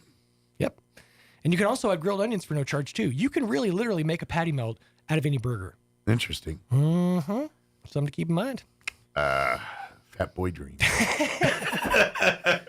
All right, it's 7:19. Here's your weather. I'm meteorologist Steve Hamilton with your Pecos Valley weather. Pretty mild over the next couple of days. Low pressure is on its way out of our area. 60 to 65 on the afternoon high, and we should get plenty of sunshine. Overnight looks clear but chilly, low to mid 30s, and then on Friday we'll have sunshine, upper 50s to low 60s, and it will be a little bit windy. Sunny skies for the upcoming weekend, highs in the 50s. That's your latest forecast. I'm meteorologist Steve Hamilton. Thank you, Steve. Currently, I got to refresh. That's a little bit old. There we go. Still says 34, though. Still holding steady at 34 here in Roswell. Humidity is at 85% with winds out of the north at 7 miles per hour. Expect high of 60 today under mostly sunny skies. Winds out of the south at 5 miles per hour. Clear tonight with an overnight low of 34 degrees. South winds at around 5 miles per hour. There's a 20% chance of rain before 11 a.m. on your Friday. Otherwise, mostly sunny. And a high of 56, west winds 5 to 10 in the morning, 15 to 20 out of the north for Friday afternoon. Friday night, clear, overnight low of 34, winds out of the north at 10 to 15 miles per hour. And then looking at the weekend, sunny and 57 for Saturday, north winds at around 5 miles per hour, sunny 61 for Sunday. All right, it is 8:21, quick break, and then we're going to play our interview with Geneva Martinez we had earlier this week with Many Hands. Don't go away. Garlic has been around for thousands of years and is one of the world's favorite seasonings. Without garlic, most of our food would be dull and boring, kind of like watching C-SPAN. Hi, This is Jim Gill from Roswell Seed Company. If you like to cook and like to grow things, you ought to try growing your own garlic. Come by Roswell Seed Company and we'll show you how. And next August, you'll have fresh, homegrown garlic to make your food taste great and keep the vampires away. Bring in the new year at your locally owned and operated Big O Tires. Now through January 28th, instantly save $100 on our exclusive line of Big O brand tires. Plus, take advantage of our Winter Healthy Car Special for just $29.95. Hurry, these savings won't last long. Make an appointment online or visit your local Roswell Big O Tires today. Big O Tires, the team you trust. A snoring partner is more than a rough night's sleep for you. It could lead to some serious problems. Hi, this is Dr. Sarah Usher at Carabelli Dental. Snoring, stopping breathing, and gasping for air in the middle of the night aren't just a pain for you. It could be a sign of sleep apnea, which can result in a lot more problems for both of you. Luckily, we can help. With our revolutionary oral appliance, you and your partner can breathe easier and get a better night's sleep. Come see the team at Carabelli Dental or call 575-622-4455. We can all use help to strengthen our marriages, to build this house. Church on the Move invites you to the Joy of Marriage Conference, a 3-day event for married couples. Hear speakers Pastor Troy and Julie Smotherman, American Idol finalist Danny Goki and his wife Leah Sett, as well as Willie and Rachel Scott, founders of Better Than Blended. February 15th through the 17th at Church on the Move in Roswell. Seats are limited. Visit cotmroswell.com or call the church office, 575-622-7011. Here's a Mornings with Mike Winters fun fact. You burn more calories sleeping than you do watching television. For the ultimate workout, fall asleep in front of the TV. Here's Mike Winters. And good morning. It is 20 minutes after 9 o'clock, and joining us in studio this morning from the Many Hands organization, Geneva Martinez back with us. Good morning. Good morning. How are you today? I'm well. Good to hear. For folks that are not familiar, Many Hands is a nonprofit organization started a year or two ago, and their focus is on the homeless, helping homeless in our community. You may have heard of the Gonzalez Warming Center that opened up here about a month or two ago. That is kind of your tentpole right now at the moment. Thing that most people know you for is you guys help run and organize the Gonzalez Warming Center. Mm-hmm. But the real part of the organization is to help homeless people be able to purchase and move into their own homes. They work with other landowners that may have houses that are, let's just say, not ready for move-in. And you guys work with them and say, hey, we can help you kind of get this house fixed up. Will you rent it to one of our folks here? And we've had, one home already, a success here, and working on some more of that here too. Yeah, so, 3 more. Good deal. Yeah. So glad to hear that. But I got it. Before we get into all that, if you were listening to Sean and I talk this morning, and I think last week when it all kind of went down, a celebrity, I guess, passed through town. Bam Margera, who professional skateboarder, huge in the early 2000s for his MTV show Viva La Bam, and of course Jackass fame and all of that. But kind of got famous from Jackass, and then Viva La Bam and all that kind of spun off from there. But he's a skateboarder by trade. So I guess he was in Roswell for a spell. I'm just, how did all this just come to be? I'm curious. It just all came together. I was sitting with Dan Jennings from 100% at Stellar Coffee, and I had seen that he was in Hobbs the night before, and that he was on his way to Albuquerque for the Comic-Con that happened this weekend, which I was able to go to that too. That was really cool. And so I was sitting there having coffee, and lo and behold, he walked in with his 2 pit bulls and his beautiful fiance, Danny, and I just gave him the look. I was like, oh. And Danny and I started a conversation about Roswell and how Roswell's treating him, and he came and sat down, and I was telling him about the skate park and the grant that the city received, the $450,000, and that we're looking at upgrading it and doing UFO skate features. And so I told him about my backyard ramp because our skate park doesn't have a high enough wall for me to do flips on. So he was like, "You have a backyard ramp? Can I see it?" So I showed him a few clips, and they wanted to come by. So they ended up coming by the house. He skated my backyard ramp. And Nice. He got some photos, and He's still got skating skills. oh man, he's so. Because I mean, he's at Yes. it.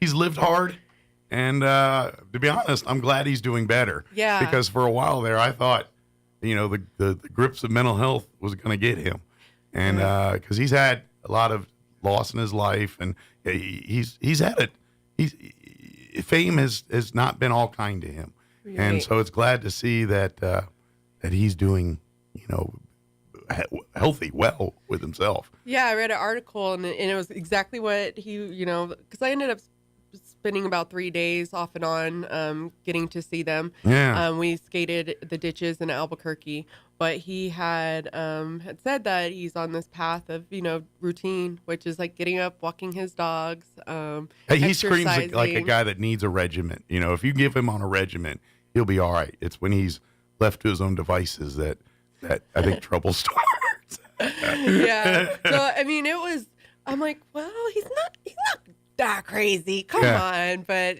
he got everyone fired up at the ditches to skate, and Well, it's probably what makes him a great skater. I mean, because let's Right. face it, it takes a little gumption to go up a ramp on a piece of wood with four wheels and saying I'm going to fly through the air on this thing. You know what I Right. mean? That takes a certain level of what you do as a roller skater and what he does as a skateboarder. Right. It takes a certain level of adrenaline to want to do that. And yeah. So he was at Comic-Con, and he had the longest line, I'm telling you. I it bet. was all the way back, and it was just so neat to he's charismatic see. too. I mean, he's a Oh, very yeah. personable guy. And to see like people just so excited, and Yeah. like I saw this dad that was like, "Hey son, this is Dad's favorite skateboarder of all time." Yeah. And it was just really neat to see how he interacted with everybody. Good deal. Well, and you think maybe that's a established little relationship, or Yeah, from Danny time to and I time he has- might be able to help out with the skate park a little bit, or at least some of the promotion side of it. It would a little be bit. it would be awesome. His girlfriend Danny and I have kept in contact. She's so sweet. She's a animal activist. Okay. So she's like, "Oh, you save humans, I save animals." And so So were they in town on vacation, or were they here for business? They were passing through to get to Comic-Con, and now they're headed to, I think, Chicago Okay. for the Comic-Con there. So he kind of works the circuits for Comic-Con, and that's kind of I'm guessing a source of income for him at this point. Yeah, so I gave his manager the contact info for a UFO festival. Okay. So maybe the city can come up with a sweet deal. Or, Viva La Bam UFO edition. Right? That'd be fun. it would be really cool. If the price is right. I wish. Well, and for folks that don't know, and if you watched his TV show, years ago, he lives there in Pennsylvania, and at one point in his career, he bought basically farmland out there, Built a and, castle. and he turned it into his own little playground. He built castles. He'd have like these big huge parties, and I've learned later on that he personally flit the bill for a lot of that stuff. Mm-hmm. Like MTV wasn't paying for all the shenanigans and things that he was building, the castles and the trebuchets and all the different the crazy things that him and the guys did. He paid for most of that out of his own pocket. Yeah. And so it's just, the guy was such committed to that. So if half of me was like, you sure you don't want to get a ranch in New Mexico and, come do some of that stuff? I'd love to go be a fly on a wall for that. Right? Yeah. I was like, I hope New Mexico treated you guys well. Good. So. Good deal. Well, I hope they did too. Yeah. Well, good. So hopefully, who knows? But made the connection, and who knows? Maybe could be a lifelong partnership there between Roswell and the Monjero family there. So that's cool. But in the meantime, let's talk a little bit about Many Hands and where are we at right now as far as how things are going, and what's kind of your greatest needs, and what's kind of your biggest hurdles at the moment. So right now, we are still needing donations for monetary donations for the warming center. Okay. We are close to right around 2 weeks of funding left for us to operate. And that's kind of the threshold. Like to run optimally, you have to have 2 weeks, I think, of funding on hand. Yeah. So and if anything below that, you have to trim your amenities. Our hours, right? And so getting nervous about that, but really we need volunteers. So we are. It seems to be the same volunteers that are being asked because. And we love those volunteers. Oh man, they are such godsends. We wouldn't be open even if we had all the money. We wouldn't be open without. And they're people. just great people, and a lot of these people are people that really are doing this kind of stuff anyway in their own ways. Mm-hmm. You know, like Enrique with disaster relief, he's been doing that kind of thing for many years, Mm-hmm. and so it's people like that have this servant's heart, that are your stalwarts, that are there through thick and thin, and we love every one of them, but we really could use a few more of those people. Yeah. So if you've got the time and desire, we could really use your support on this. Yes. And actually, your very own Jocelyn Smith is our volunteer coordinator. Yeah. So we can maybe put up her information for people to get in contact. They can visit the Gonzales HopeWarmingCenter.com to contact about volunteering and donations that are needed. Absolutely. And our hours of operation. So, we have to activate trying to get our volunteers, what's for dinner. We kind of have like an activation system that has to be in place before we open the doors. Gotcha. So, and security. So absolutely, because we got to make sure everybody's safe and comfortable, Mm-hmm. and obviously if someone comes in with medical or other issues, we need to address those. So you got to have the people on standby to deal with those issues as they come up. So right. So that you just can't turn on the lights and say come on in. It does take a little bit more. I'm thinking the weather's been a little bit warmer and things. So actually, we're going to be opening this evening. Okay. New tonight might get a little cold, because of the moisture. Rain. Yeah, the rain. So tonight we will be open, which will get another day off of operations. Which means need more money. Right. We need some monetary donations. Just ballpark. Like I said, you got to have 2 weeks on hand. So a night cost about $400. About $400 a night. Okay. And so that covers the cost of the security, dinner, and other amenities that we may need. If it's like going out getting Lysol, the toilet paper, a pallet of water, coffee, just triage and whatever's needed at that particular moment. Right. Basically. So we're averaging about $400 a night to open, and people can sponsor an evening or a weekend or a half day, however their budget can allow. In the meantime, we are working on several grants to try to make sure that we are able to do this next year. So what does it look like? Yeah, this is not a temporary thing. This is something that you want to establish and create. We do as something as much as like when like Harvest Ministries, or one of our other great organizations that you say, okay, this is what they do. They do it all the time, and we want that Gonzales Hope Warming Center to be that same. We do, and thing. We really want the building. We're looking at trying to get around $250,000 for the building, and it will not just be used as a warming center, but as a resource center. So it's a one-stop shop where everybody can, it wouldn't be just for those experiencing homelessness, but also those that are just experiencing hard time and can't navigate through the system. Mm-hmm. It's hard when you may need a counselor or AA. And then also, housing. Like, Absolutely. how do we navigate somebody? Rarely someone that's homeless, their only issue is they're homeless.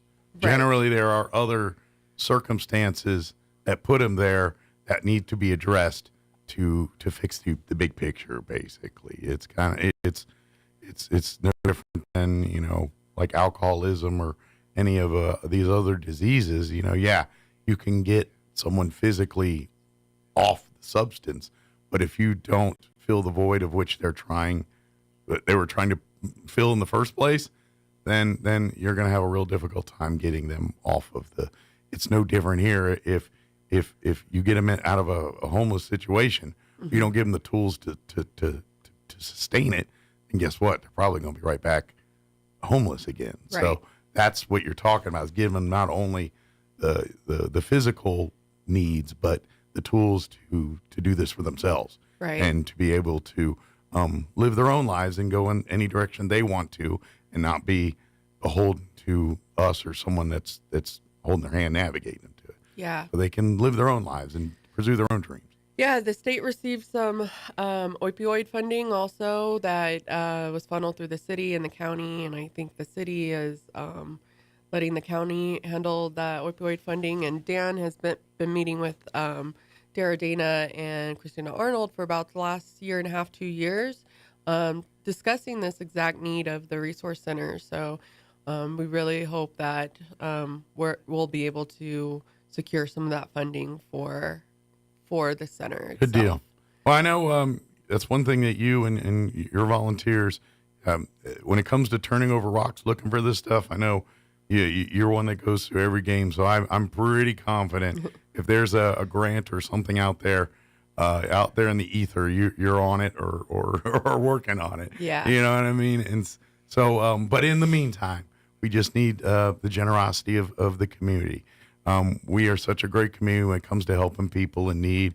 And right now, this is one of the big ones that the community is need. We have a homeless problem. Mm-hmm. It is a big problem, and it's getting worse, not better. Right. We all know this. We all know these statements. How do we deal with it? We can, there's probably some debate there, but these are human beings that need help. Yeah. And while everyone has their discussions on how to handle everything in the big picture, in the meantime, these are people that need food. They need water. They need a place to warm up. They need a place to live. Mm-hmm. Because if we wait for everyone to have their powwows about this, these people have already lost. We've lost them. So, Yeah. Let's, if you got it in your heart, give $5, $100, $400, $1 million, whatever you can. This is a great place to help out here. And I don't know how tax breaks work, if you can still get in for the taxes on this season, or I think we've passed all that. But, if you need that, then work it in and they'll get you tax, for the write-offs and all that stuff. But we have weather this is our winter, and we have a huge influx of homeless people, even more so than what we normally would have. And these people need help. And this is what we're doing. That kind of takes us to, the grants, state, federal, foundation grants, is we have to have our statistics. So it's very important that we participate in the point in time survey. Yeah. And so that's what's coming up. I'm excited to talk about the process of what a point in time survey is. Yeah. And so a point in time survey is like a census of those that are experiencing homelessness or do not have access to shelter. Mm. And it's a snapshot. So across the state, starting January 30th through February 2nd, we will be out in the community. I'm so proud of our community. Here's our great volunteers, right? So we have the most volunteers other than Albuquerque in the whole entire state. That's great. So that is a testament to that thing we keep talking about, that this community, when push comes to shove, we rally to help people. And sure, we got our issues and our arguments, but I've never lived in a place where people were ready to jump in when they see someone in need. Mm-hmm. You've got everybody that kind of, not my backyard turned. I mean, there's a percentage of that everywhere, but you see someone on the street and they're having a problem, someone will come in and address them here and try to take care of them as best they can. Whereas you go to a larger city, look at Twitter and TikTok and all that. I don't know how many videos you see of San Francisco, Mm-hmm. Philly, of these homeless and drug addicts that looks like zombie land and all that. We're blessed. We don't see that in the streets as much. Does it exist? You bet it does. Those man camps and things that are off the beaten path. Let's just face it. They're not exactly friendly, inviting, warm places that you want to spend time with. It's just not. We have those, but people go into those areas and help all the time. But Geneva, those volunteers Geneva's talking about, other organizations and volunteers in our community, they are in the churches. They're in passing out blankets, just talking with people, just seeing what they can do to try to, help them a little bit. Now, let's face it, not everybody in that situation wants to be helped. Some people are just like, no, I'm, their mental health, their life is just said, I don't want to be with people. I don't want to be in, normal society. And guess what? You have that right. Mm-hmm. God bless you. But some people, but that's what people are working with, those people. And we have those great volunteers that Geneva's talking about, and there's a lot that you don't see on the surface. And if you want to get involved, please go through these organizations. Talk to Many Hands. Talk to the other organizations. If you want to volunteer, go through those channels. Talk to them, especially if you want to get into more of the hands-on stuff. Because I would not recommend going out to some of the camps by yourself. Right. There's hierarchy, there's a protocol. I know organizations like yourself have spent many hours establishing relationships and creating a dialogue that, quite frankly, the average person just hasn't built that trust yet. So come in through those tools to help. And once you do that, you'll find that you'll make a bigger difference than you just trying to go down there on your own, making headway. So just work with the people that are already doing some of this stuff. And Many Hands is one of those organizations that's really diving in with both feet to help here. So if you want to help financially, if you want to donate items, things like that, food, clothing, blankets, water, cleaning supplies, everything that human beings need to live lives, they can use it at the Gonzalez Warming Center. Yes. Please reach out and do that, because every little bit helps. But money and bodies are the two big ones. If you can volunteer an evening to spend and help pass out water, or help, just tending to the needs of the shelter, or if you can help by donating, like I said, but costs about $400 a night to run that facility. And for it to be open at peak capacity for right now, they by statute they have to have 2 weeks worth of funding in the coffers before they can, otherwise they have to limit resources, limit the hours, limit what they can do. And the idea is to provide more resources, not less. Right. So if you can help out financially, that would be a huge, huge, huge way to help out. And then on this Thursday at 11 o'clock at the Gonzalez Warming Center, we are putting together the blessing bags for the Point in Time survey. So we are working with other organizations, nonprofits, to how we're going to do the count.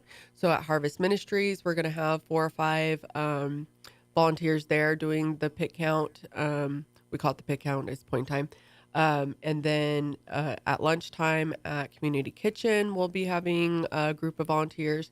And then we have our gentleman, Big D. He was with me the last time I was on the radio, and he is our street outreach, and he goes and picks up donations.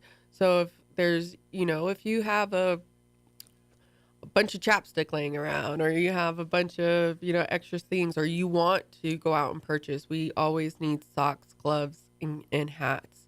And so to be able to pass that out when we are doing the survey is another one-on-one, not just to collect the information, but we're here, we care. And clothes, sure, you can need clothes and things, but a lot of people donate clothes. There's a lot of people have clothes, and those stupid clothes keep shrinking on us and things like that. So they get donated quite a bit. Always could use it, but as far as what's always needed is those socks, underwear, hats, the things that Geneva's saying.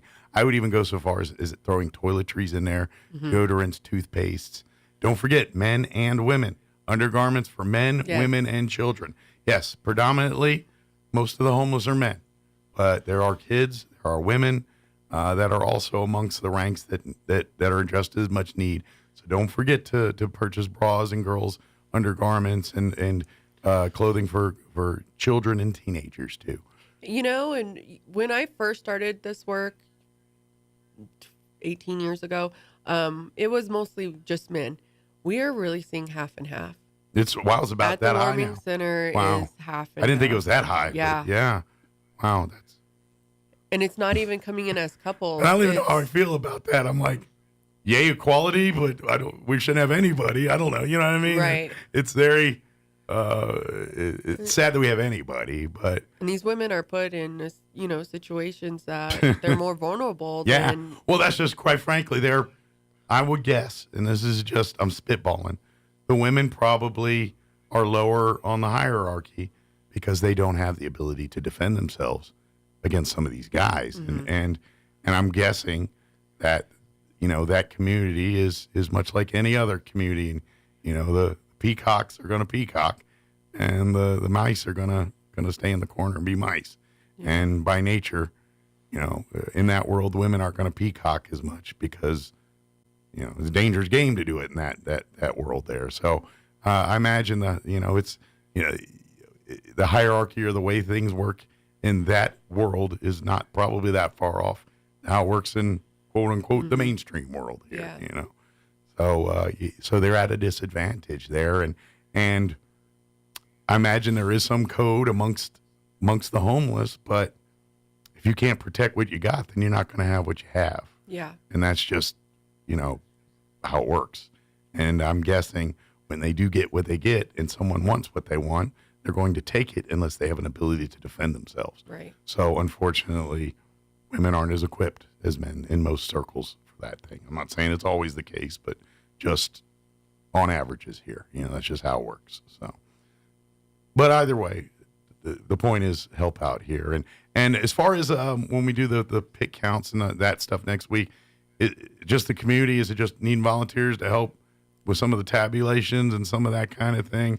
Obviously, we don't want you as an untrained person to be going into some of the places. There is training that there's 3 more webinars that are available for people to get trained. We are requiring everyone get trained. We want to do it safe because we want our volunteers to be safe, and just as much as we want this to be a positive experience for everybody. Because quite frankly, if we finally lured you to come volunteer, the last thing we want you to do is have a bad experience doing it. We want you to come back. Yeah, and if for some reason you want to volunteer but you didn't get the training done, we have other things at the warming center. We need runners. If we run out of blessing bags, they can bring it to us. There's other ways and to get involved, and also we need those volunteers for the warming center. Yeah, just to be there to help whatever he needs. And to be honest, if you want to get more involved, that's a good way to kind of get your feet wet. Start as a runner. Start coming out saying, hey, can I go and get water when needed? Or can I, those simple little things are the difference between the doors open and the doors closed. So if you're like, well, I'm not ready to dive into going to the camps and stuff, I'm a little intimidated by that. Well, come on down and let's get comfortable by first coming in, bringing water, meeting some of the people in the home, getting a familiarity with people. And then then some of those walls break down. Yeah. Because, you have preconceived. No, we all do. That's human nature. You see someone that looks unsavory coming at you, your guard comes up. That's human nature. And so this gives you a chance to kind of peel back a few of those layers and be like, oh, that guy's just like me, except for circumstances handed him different set of cards than I did. You know what I mean? And yeah. So dip the toe in to break the barriers, break down some of that conceptions of what you think's going on there.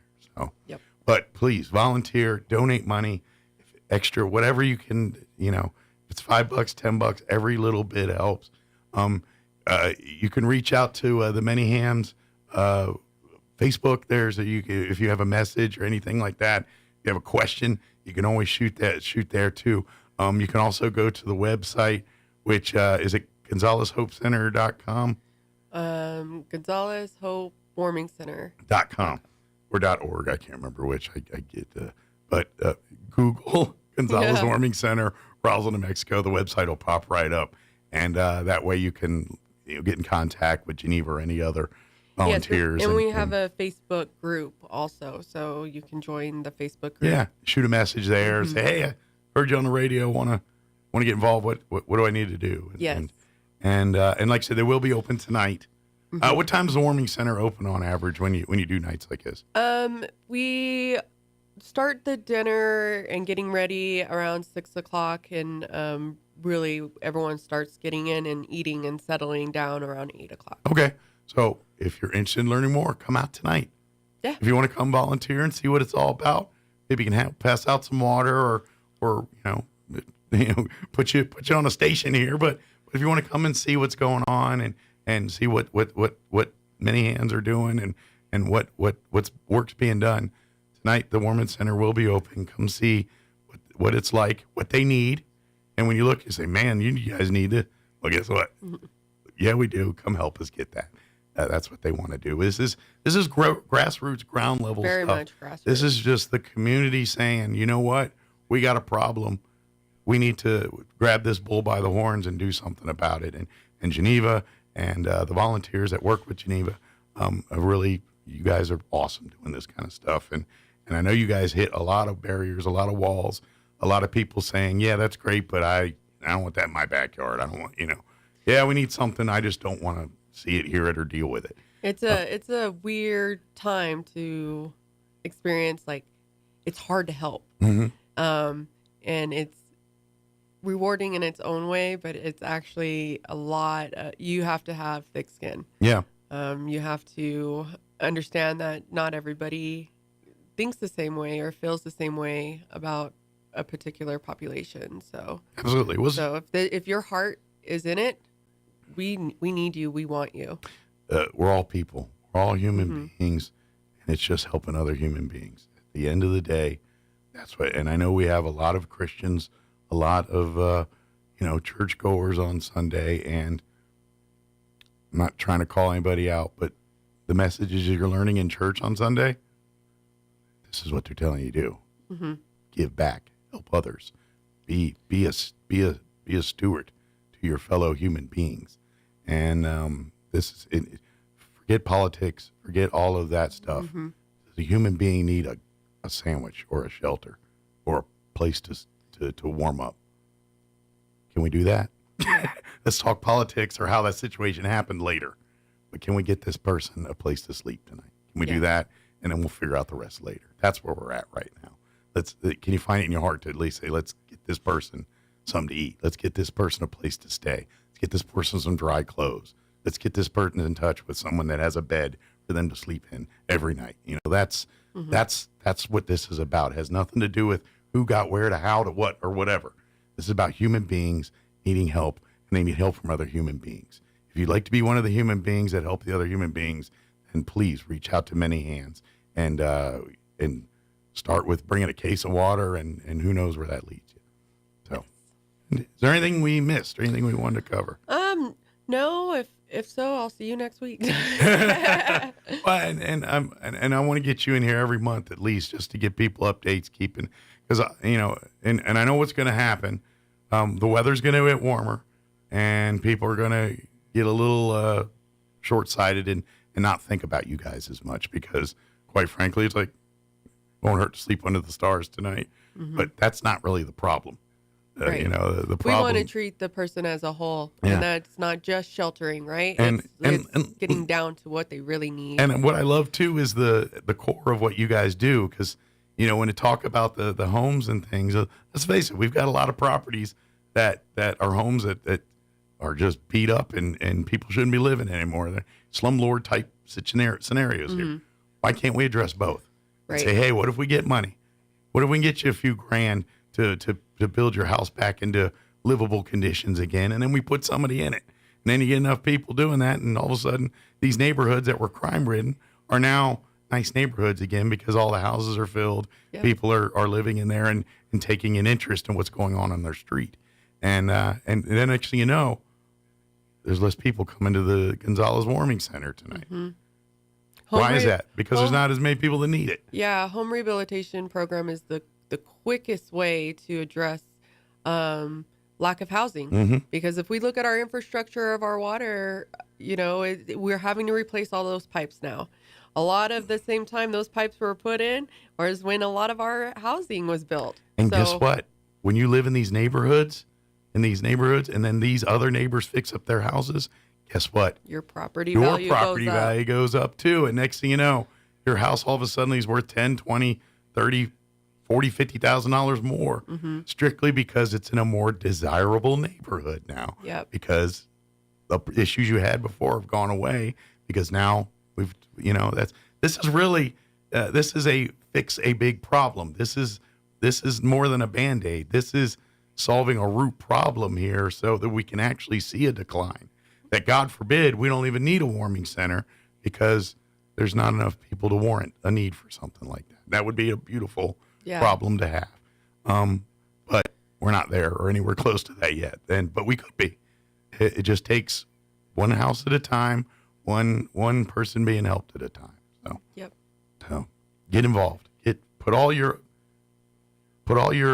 feelings aside and boil it down to helping human beings become better human beings, helping them achieve their dreams and lives. And every single homeless person is homeless for their own very reason. If there's 100 homeless people in a room, there's 100 different reasons why they're homeless. Mm-hmm. And none of them are the same. Some could be similar, but it's a different story. It's, how life is handed to you. It chews up people and spits them out a different way sometimes. And all of us have dealt with hardship and adversity. Some of us have come out okay with it. We're lucky. Some of us haven't. Mm-hmm. And this is what this is about. We all get dealt different set of cards, but we all try to win the poker game at the end. At this point, we're just trying to help everybody stay in the game and do this. So be a part of that, not a part of why we shouldn't. Right. There's enough people out there saying why we shouldn't. So anyway, that's my 2 cents. Did we get it all? We got it all. Did I pontificate enough? All right. Well, thank you as always, Geneva. We'll see you next time here. And folks, come on out. I'm sorry, we know we never did. Tell everybody the address for the warming center. 405 East 3rd Street. I think we did all that talking. We never actually said the physical location of the warming center. Yeah, right. So, come on by. Like I said, this evening it will be open for because of the weather. So if you need it, it's there. Come on down. If you'd like to volunteer, be a part of it, see what it's about, get more involved, come on down tonight and see it in action and, bring some money or bring some water, bring some blankets, bring some stuff with you too. That'd be helpful. So, deal. We'll see you next time. Okay. See if you bump into any other celebrities between now and the next time I meet you. Who knows? Maybe Tony Hawk will come through town. Maybe. That would be like the trifecta there. Wouldn't it? Tony. He can move some needles too for the skate park. So. For sure. Excellent. Well, thank you, Geneva. Thank you.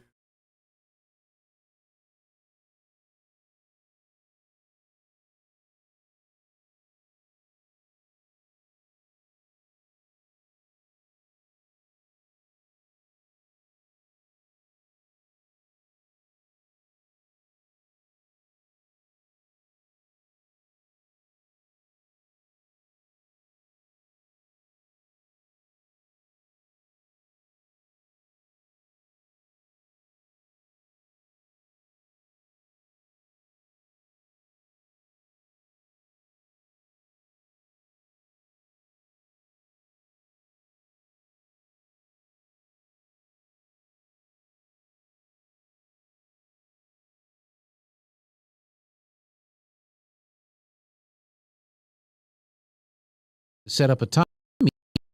That's 575-622-0375 for Howard Allman of Here on Earth Hearing Care Center. Your home for Kim Commando in Roswell. 106.5 Roswell's Talk FM, KEND, Roswell, New Mexico. A number of Republican governors, along with House Speaker Johnson, are voicing support for Texas Governor Greg Abbott. He's at odds with the Biden administration, which has been fighting to keep the southern border open while Abbott tries to secure the border. The controversy is heating up after the Supreme Court refused to block the Border Patrol from cutting through razor wire fencing installed by Texas. Senator Marsha Blackburn of Tennessee is among a growing number of Republicans urging Nikki Haley to drop out of the GOP presidential race, saying it's clear that Donald Trump will be the party's standard bearer. He is going to be the nominee. We need to unify behind him. We need to focus on winning the Senate and House seats that are going to be necessary for him to have a majority to support his agenda. Blackburn speaking with the Salem Radio Network's Hugh Hewitt. The lines at the unemployment office got a bit longer last week. The Labor Department says applications for unemployment benefits rose to 214,000 for the week ending January 20th. That was an increase of 25,000 from the previous week. Overall, 1.83 million Americans were collecting jobless benefits during the week that ended January 13th. That's an increase of 27,000 from the previous week. Weekly unemployment claims are viewed as representative for the number of U.S. layoffs in a given week. Bob Agnew reporting. The U.S. economy, as measured by the gross domestic product, grew at a 3.3% annual rate the final 3 months of last year. Despite higher interest rates and a low inventory of houses, new home sales rose 4% last year. Builders quick to offer incentives aimed at sweetening the pot for potential buyers. Stocks are higher on Wall Street this morning. The Dow is up 47 points, the Nasdaq 72 points higher. More on these stories at townhall.com. Everybody wants cheap airfare, but where do you find it? You call low-cost airlines. Their prices are direct from the airlines, and they're so low you can't find these fares published anywhere. They specialize in cheap flights, discount hotel rooms, cheap car rental rates, and great package deals anywhere around the world. Wherever you want to go, they can help you get there cheaply and with a best price guarantee. If you want the lowest prices on your airline tickets or other travel services, call now.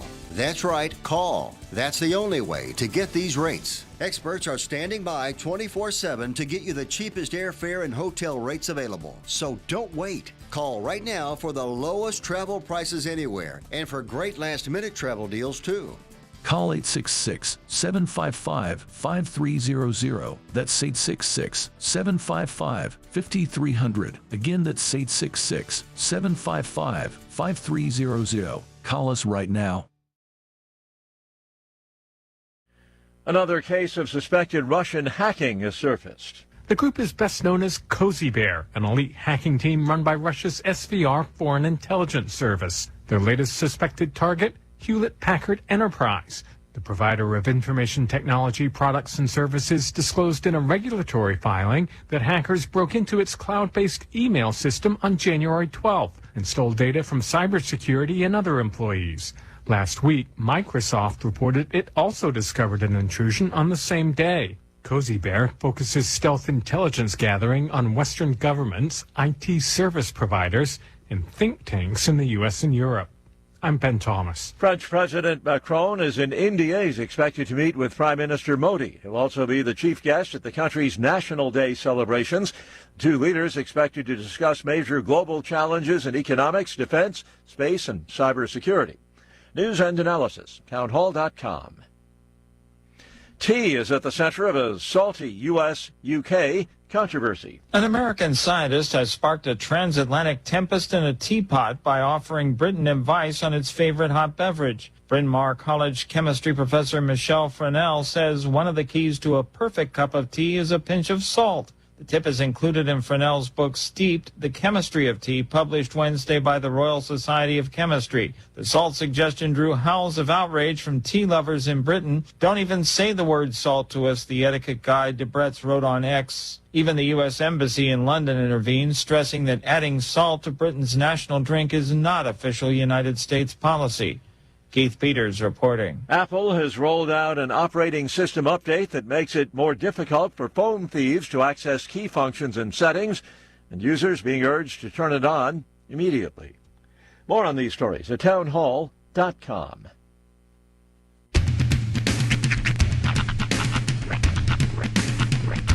What in the wide, wide world of sports is going on here? I promise you, whatever scum did this, not one man in this force will rest for 1 minute until he's behind bars. Now let's grab a bite to eat. Yeah, come on. I feel the hot wind on my shoulder and the touch of a world that is older. I hit the switch and check the number. I leave it on and then I slumber. I hear the rhythm ringing through it. Flamenco guitar and cumbia music.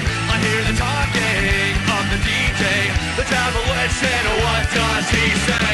I'm on a Mexican radio. I'm on a Mexican radio. Broadcasting live from high atop the J.P. White Building in downtown Roswell, New Mexico. It's Mornings with Mike Winters on 106.5 Roswell's Talk FM. Is that what I sound like when I talk? Now, here's your host, Mike Winters. And good morning. It is 6 minutes after 9 o'clock. Welcome to hour number 3 of Mornings with Mike Winters, right here on 106.5 Roswell Talk FM. Happy Thursday, everybody. Yes, sir. Made it to Thursday. Indeed. Has it been a long week, or is it just me? It feels like it's been a very, very long week. Monday feels like a month ago. I think it's just because this is the first week of the year that we've really been like inundated with work and with stuff. Yeah. I just don't know. But now that I look back, I'm like, oh, but I don't know. It just seems like there's a lot going on this week or something where I'm like. Yesterday, I told somebody it was Friday and that tomorrow or today was Saturday and that they had to go to the vet yesterday because the vets weren't going to be open today. And they're like, okay, sure. And I was like, whatever, lady. Wait a sec. What? Yeah, it just feels a little off kilter. I don't know why, but a lot of times it's when there's something to look forward to, and like the weekend ahead, the week itself drags on. Yeah. And for me specifically, this weekend it's one of my weird wrestling things. It's Royal Rumble weekend, so.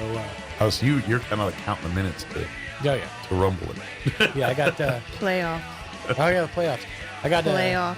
There's a few of those left. I got a few of the guys coming over. We're just gonna hang out and count down from 10 to 0, 60 times. Bunch of dudes hanging out in a room watching wrestling. All right. So we roll. So different, a bunch of dudes watching football in a room. That's right. Exactly. Really not. Ours, there's less clothes involved. A little bit, yes. With ours, so much nipple. A lot of exposed nipple. That is true. You overlook a few things when you're a wrestling fan. Suspend disbelief. Shocking amount of body oil. Yeah. Well, I gotta give it to him because let's face it, wrestling has been going on for, even in like what we consider this WWE fashion for many, many years now. And they managed to not let the well run dry. Yeah. And what I mean by that is because literally these guys sit here and create these scenarios and events and storylines and all of that.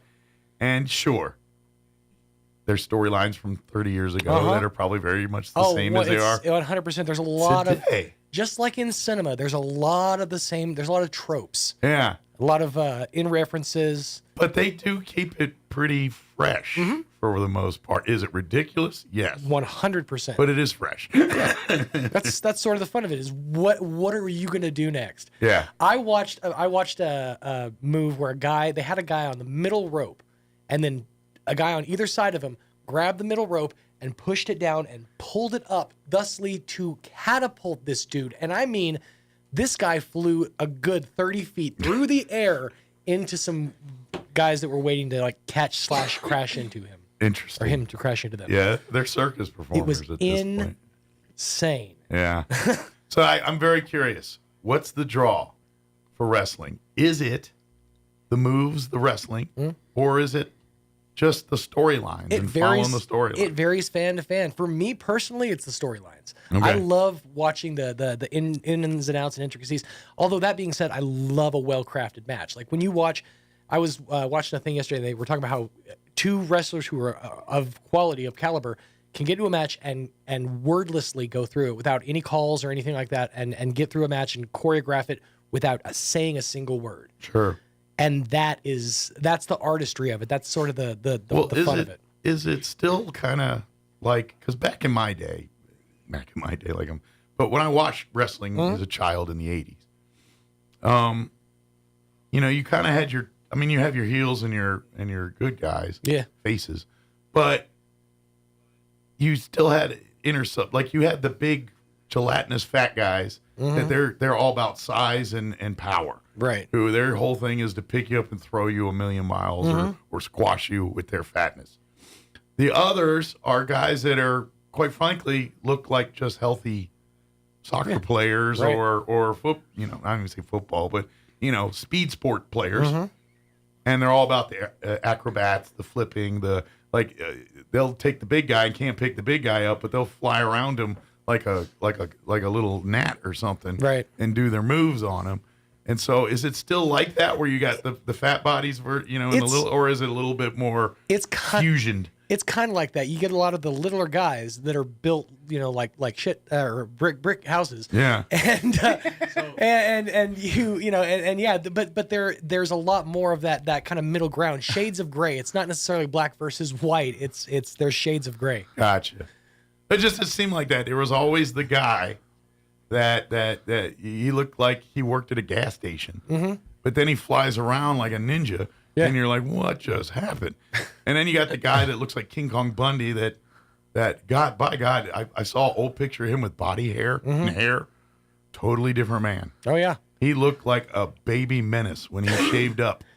But when he had hair and stuff, he just looked like some big lummox. But he didn't look he looked way more intimidating hairless to me, King Kong Bundy. But anyway, that was kind of the deal. I was going to say that I think it's evolved now, where the modern audience or the modern wrestler, it looks like the more acrobatic style. Yeah, that's what that's the new meta right now. The guys I looked at, they look like Bam Bam Bigelow. Well, there are definitely still guys built like that who look today. Basically like Danny DeVito from Batman 2. Yeah. Well, there's a guy who looks like a Viking right now. He's kind of fits that bill. Is he fat or is he? He's fat, like cut, but he can still do a moonsault off the turnbuckle. I mean, you guys had guys like the Ultimate Warrior who were big, but they were cut, right? And they looked literally like Adonises. But then you had your King Kong Bundys and Bam Bam Bigelows, right.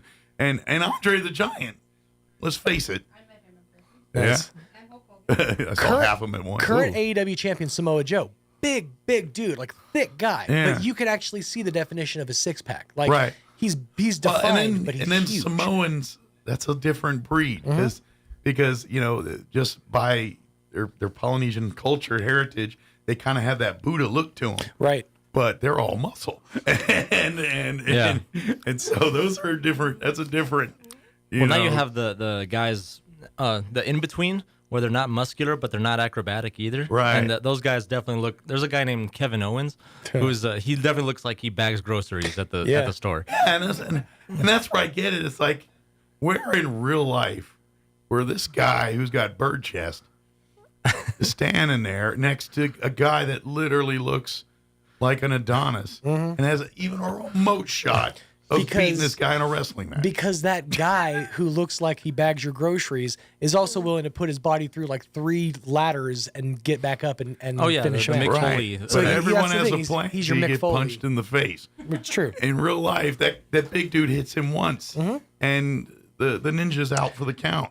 No matter how much flitting and fluttering he does. And that, my friend, is the beautiful suspension of disbelief that we as wrestling fans have to undergo. It's the Indiana Jones with the bullwhip guy doing all that. And See, but there are guys who look like Adonises, who look like a statue, but they have zero personality. Well, yeah. Zero acting ability. And sometimes those guys have zero flexibility, so they're like statues. Right. You know, the more muscular you are, generally the less flexible you are. That's just So you have to be both. You have to have acting skills and wrestling skills. That's why guys like, I think Jackie Chan are more, because he's pretty muscular. I mean, in terms of being shape, but because of his flexibility and all the stretching and stuff he does, he can.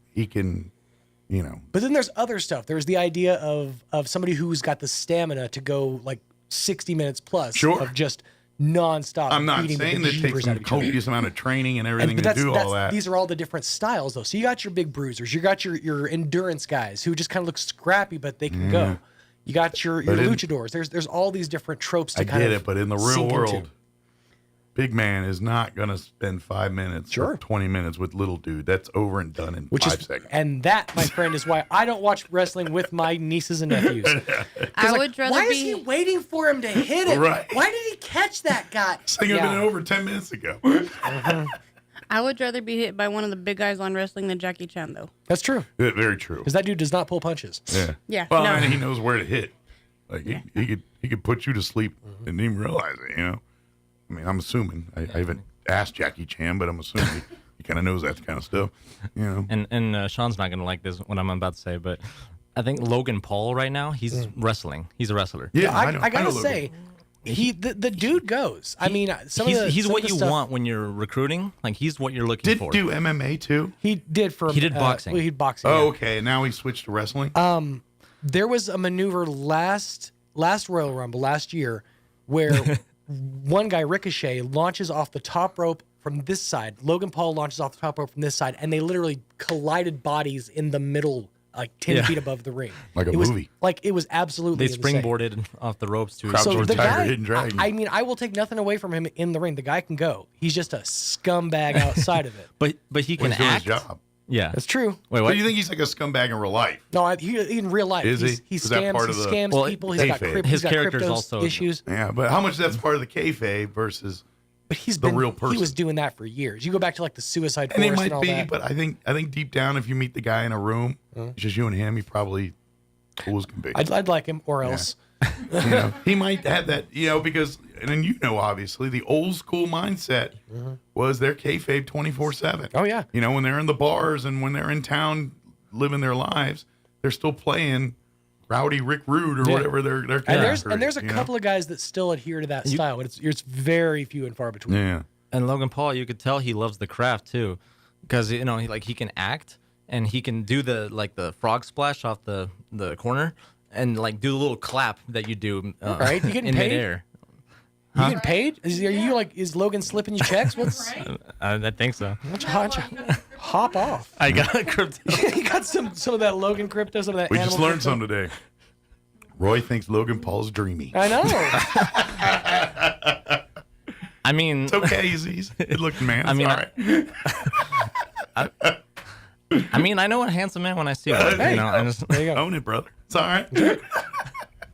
Crystal's patiently waiting for us Yes, to talk she about is. dogs I'm and laughing cats. because there's comments I want to say, but they're not radio appropriate. well, such is life. We're going to cross that line. Well, it's worse than what you said. It's 9:18. We're gonna do the weather so she can get it out. Here's the weather. I'm meteorologist Steve Hamilton with your Pecos Valley weather. Pretty mild over the next couple of days. Low pressure is on its way out of our area. 60 to 65 on the afternoon high, and we should get plenty of sunshine. Overnight looks clear but chilly, low to mid 30s, and then on Friday we'll have sunshine, upper 50s to low 60s, and it will be a little bit windy. Sunny skies for the upcoming weekend, highs in the 50s. That's your latest forecast. I'm meteorologist Steve Hamilton. Thank you, Steve. Currently 34 degrees here in Roswell. Humidity is at 85% with winds out of the north at 7 miles per hour. Today, mostly sunny, highs near 60 expected. Winds will be out of the south at around 5 miles per hour. Tonight, mostly clear with an overnight low of 34 degrees. South winds at around 5 miles per hour. We do have a 20% chance of rain for you Friday till about 11 a.m. Otherwise, mostly sunny, 56 for a high. Winds will be up. A little breezy out of the west, 5 to 10 early, but shifting to the north, 15 to 20 miles per hour by Friday afternoon. Mostly clear Friday night, overnight low of 34 degrees. And then glancing at the weekend, sunny, 57 for Saturday, north winds at around 5 miles per hour, sunny and 61 for a high on Sunday. All right, 9:19, about a 3.5-minute break, and then Crystal Noble will join us from the Humane Society. Don't go away. At the end of Jesus' life, he was hanging on the cross between two criminals. At first, both were hurling insults at him, but as time passed, one criminal came to realize just who Jesus was and asked him to remember him once he was in heaven. Jesus told the criminal that he would see him there. No matter where you are in your life, no matter what you've done, it is not too late to come to Christ and accept his never-ending grace that he offers. Because this criminal was being crucified, his crimes were deserving of death, yet Jesus was willing to save him. He didn't have time to earn God's grace, not that anyone can, but it was given to him anyway. The Bible says the Lord is not slow in keeping his promise. Instead, he's patient, not wanting anyone to perish, but everyone to come to repentance. Come visit us and learn about God's abundant grace that is always available to those who ask, no matter where or who you have been. He's waiting for you. Join us at the Country Club Road Church of Christ for worship at 10 a.m. on Sunday, located on the corner of Country Club and Washington in Roswell. Hey, Jennifer from Trustmark Roofing. Trustmark is one of the only roofing companies that's also a licensed commercial and residential general contractor. Wow. I know, who cares, right? Well, you should care. You see, a licensed roofer can install a new roof on your home, but really can't handle structural problems underneath. So if your roof needs reframing or your chimney needs a water-diverting cricket, you may need to call a licensed general contractor. And coordinating two companies for your roofing job can get costly and messy fast. As a licensed roofer and general contractor, Trustmark can install a stunning new roof on your home and handle structural issues. This saves you time, money, hassle, and even makes it easier to file an insurance claim. Call today for your 20% off coupon for our spring roof and gutter maintenance service. 575-755-ROOF or visit us at trustmarkroofpros.com. Trustmark Roofing, we put people first. The Artesia Arts Council presents Gunhild Carling, Sweden's Queen of Swing, Saturday, January 27th at the Ocotillo Performing Arts Center in downtown Artesia. Gunhild Carling and the entire family of musicians, singers, dancers, and more promise a dazzling evening that you and your family won't soon forget. Pre-sale adult tickets are $35 and $25 for K through 12. Week of show tickets are $45 and $35. So get yours early at artesiaartscouncil.com. Enjoy the marvelous Gunhild Carling, Sweden's Queen of Swing, 7 p.m. Saturday, January 27th at the Ocotillo Performing Arts Center in downtown Artesia. Paid for by Artesia Lodgers Tax. At Artesia General Hospital, our board-certified podiatrists are committed to providing personalized care in a welcoming environment. Dr. Jennifer Chow and Dr. Michael Krupa offer the latest surgical techniques and treat a range of conditions including arthritis, bunions, joint care, and more. If you're suffering from foot, ankle, or lower leg pain, we can help. Visit artesiageneral.com/foot care to request an appointment and begin your journey toward happier, healthier feet. Raider. Power. Head coach Grant McCaslin leads the Red Raiders against the toughest competition the nation has to offer. And we believe that the toughest team wins. This is your radio home for Red Raider basketball. Listen to Texas Tech at Oklahoma, Saturday, pregame at 11 a.m. on KSVP and online at ksvpradio.com. Here's a Mornings with Mike Winters fun fact. A group of 12 or more cows is called a flink. If you have only 11 cows, that's called a lot of cow pies. Here's Mike Winters. And good morning. It is 23 minutes after 9 o'clock, and joining us in studio this morning from the Roswell Humane Society, Crystal Noble back with us. Good morning. Good morning. How are you today? Enjoying the weather. It is, it's kind of nice I like the overcast a little bit. It's kind of nice. It kind of makes it actually feel like winter when you wake up in the morning and you got frost on your grass. Yeah, the last 2 days I've not felt New Mexico like at all. I've felt more East Coast in the last 2 days and out here, and then I've felt in a long time out here just from the weather and stuff. So. We need more rain. Hopefully, maybe Friday we'll get a few more drops. Or snow. We need some snow. Yeah, unfortunately, it's not cold enough for any of that, really. Yeah. So we need snow. Rain it is. But for folks that aren't familiar, Crystal joins us a couple times each month to give us an update what's happening at the Humane Society, which they are what they do, the Humane Society. They're a rescue for pets, and they find homes for pets. They also are home to their thrift store, which is their main source of income to keep the dogs and cats safe and healthy until they get to their permanent homes here. So that's what they do. Sell stuff at deeply discounted prices and find loving homes for dogs and cats. And I guess technically chickens and stuff if the need arises. If chickens come in, I'm out the door. I'm not a chicken girl. Somebody else is going to have to be there. Do you ever get like other things than dogs and cats? We do. We get turtles, we get birds, we get ferrets, we get rabbits, we get guinea pigs, snakes occasionally. Do they get adopted or what? How does that usually work? They normally end up going with one of the employees. Oh, okay. Or one of our volunteers. She lives out in the county and she has chickens. So if we get any of that stuff, I just call her and tell her, this is coming. Meet them here so you can pick them up. Yeah. Some of those might be good, like the turtle, or if you ever get fish or something. It'd be like, you know what? You shouldn't be adopting a dog or cat. Let's start with this turtle. All right. All you got to do is keep it in its environment, feed it, water it. You know what? And that's all you got to do. Turtles are actually more intense, labor intensive. Very, more medical. Very, they have to have certain temperatures, certain lighting, a certain type of light. I think if you do that, it's not like, you know what I mean? Like, it's not like a dog or a cat where you got to constantly give it attention and love it and treat it like a turtle. Once its needs are met, it kind of does its thing. It's a turtle. Depending. I had two turtles when I was younger.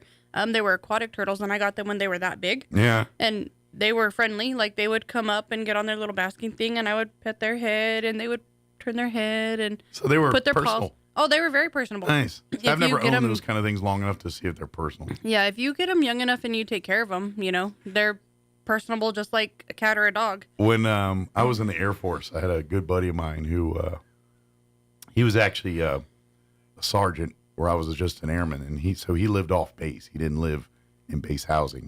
He was an NCO. So he had a home off base, and we used to go over there on weekends and hang out and cook dinner on occasion and watch TV. Just kind of hang out, buddies, do what friends do. And he had a big old iguana, and but he also had a pet rat, and it was the coolest rat in the world. It wasn't rat. It was more, I think it was like an albino rat or something. It was not. The it was white not that rat nasty with the red eyes. Yeah, it didn't look like the New York City sewer rat. It looked more like a pet rat. But it was the coolest rat. Like it would lay on your lap. You rub its belly. It just hang out with you. It'd sit on your shoulder and chill. And one of the more personable rodents I've ever come across. That My aunt had a white rat that creeped me out to no end because of the red eyes. Yeah. Then when lights hit them, they're like.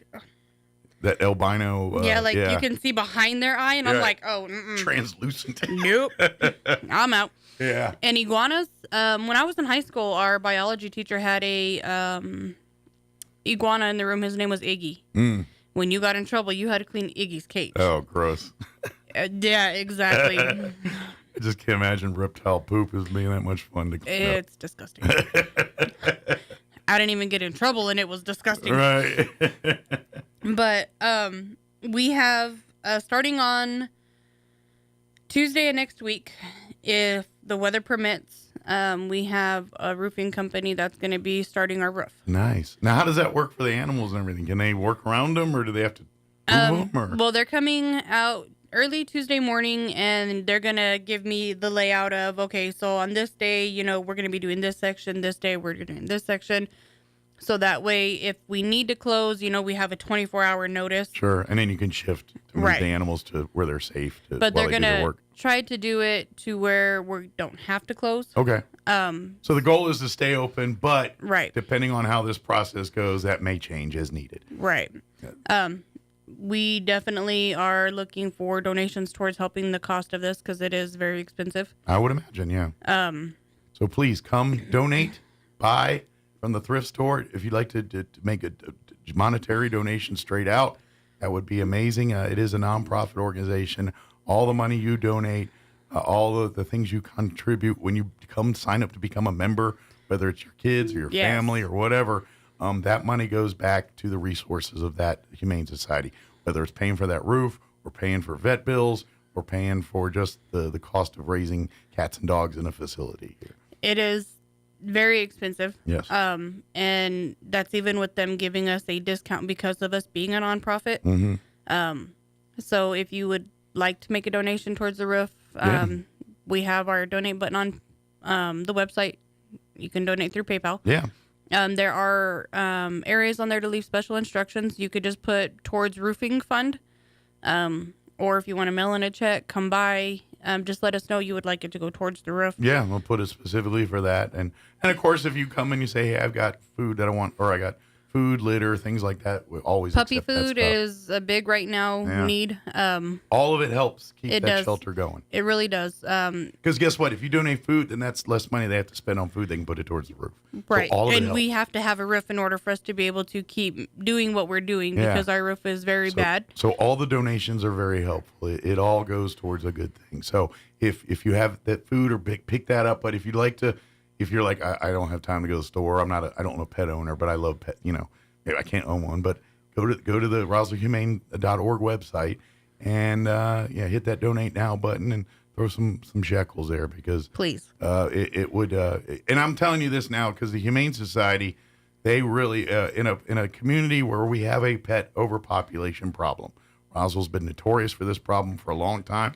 I would argue it is better than it was 20 years ago, but it's still not where it needs to be. We have too many pets that need homes and aren't being taken care of. Too many feral cats and strays that are roaming the streets and stuff because people thought owning a pet was a good idea and decided against it when they learned out there's responsibility. All these things are still a problem. However, the Humane Society is really one of the biggest in town. That's really, there are no kill shelter. They go like even places like animal control where, they try not to, but when there's too many animals and not enough cages, they've got to euthanize. And guess what?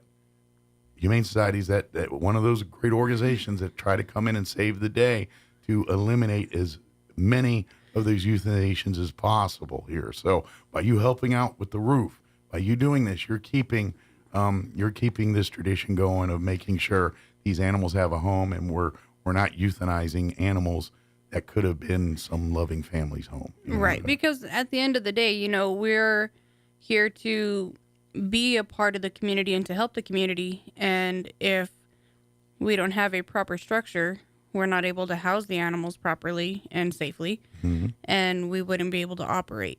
So for the safety of the animals and staff and customer shopping at the thrift store, we need to have this roof put on so that way nothing collapses, nothing falls in, no water leaks coming down, people shopping, got water pinging on their head. It's a safety feature. Absolutely. Yeah. And for safety reasons. For people and pets. It's for everybody. And Absolutely. so in order for us to be able to do what we do daily, and to be successful at it, we need help. Absolutely. So please, volunteer even. They're always looking. Dog walkers are always needed. We're in we're in the good weather. Yeah, so we're in a time of year where it's a good season for taking the dogs out, where it's not too hot yet. Yeah. The weather's, pretty mild, so you can take them on nice walks and not freeze or burn the poor dog and cat's paws here. So if you can't own a pet because you live in an apartment or something, or or your landlord doesn't allow them, because that's one of the things we're finding is the biggest issue right now as to why people are wanting to surrender their pets, is landlords are changing their policies and not allowing pets anymore and making them give up their pets. Absolutely. Well, it's for them, it's a cost thing, and it's also for the unresponsible pet owners in the past who have. Well, that's exactly. We're seeing the fruits of what irresponsible people are doing, and it's so sad, because you're right. I think most of us are great. They treat animals with great. They love them. Some of us a little bit more overboard than others. Maybe they treat them like people instead of dogs sometimes. My dogs are my kids. Yeah. And so is my horse. Which ain't nothing wrong with that. But I think most of us are like that. I really think it's like this 1% of humans that do these god awful things to animals, and unfortunately, they stand out more than the people who do good. Yeah, and let's face it, we get more mad when we see that, because, and this is at least my logic. I think I could be wrong, but because we look at animals as defenseless, like they don't know, they don't understand the environment, the situation, the scenario. So we're instantly going to defend that. Whereas another human being, sure, kids, we all, but as human beings, like, you knew what you were getting into before this moment started. We're a little less sympathetic there, and good, bad, or indifferent. That's the way I think human nature is. And I think it's just because we look at animals as they don't understand what's going on. They're just reaping what some idiot's doing to them and don't know the circumstances. So even when they're quote unquote training a dog, if you're doing that kind of stuff, you don't realize that the dog doesn't understand why you're doing what you're doing. You know what I mean? It doesn't connect to them. No, and I tell everybody, animals are just like young children, young kids, toddlers. They have a voice. We just don't understand what they're saying. Right. And so we have to be the ones to help decipher what's wrong and help them and try to fix it. And if we're not going to be a voice for them, then they have no voice. Sure.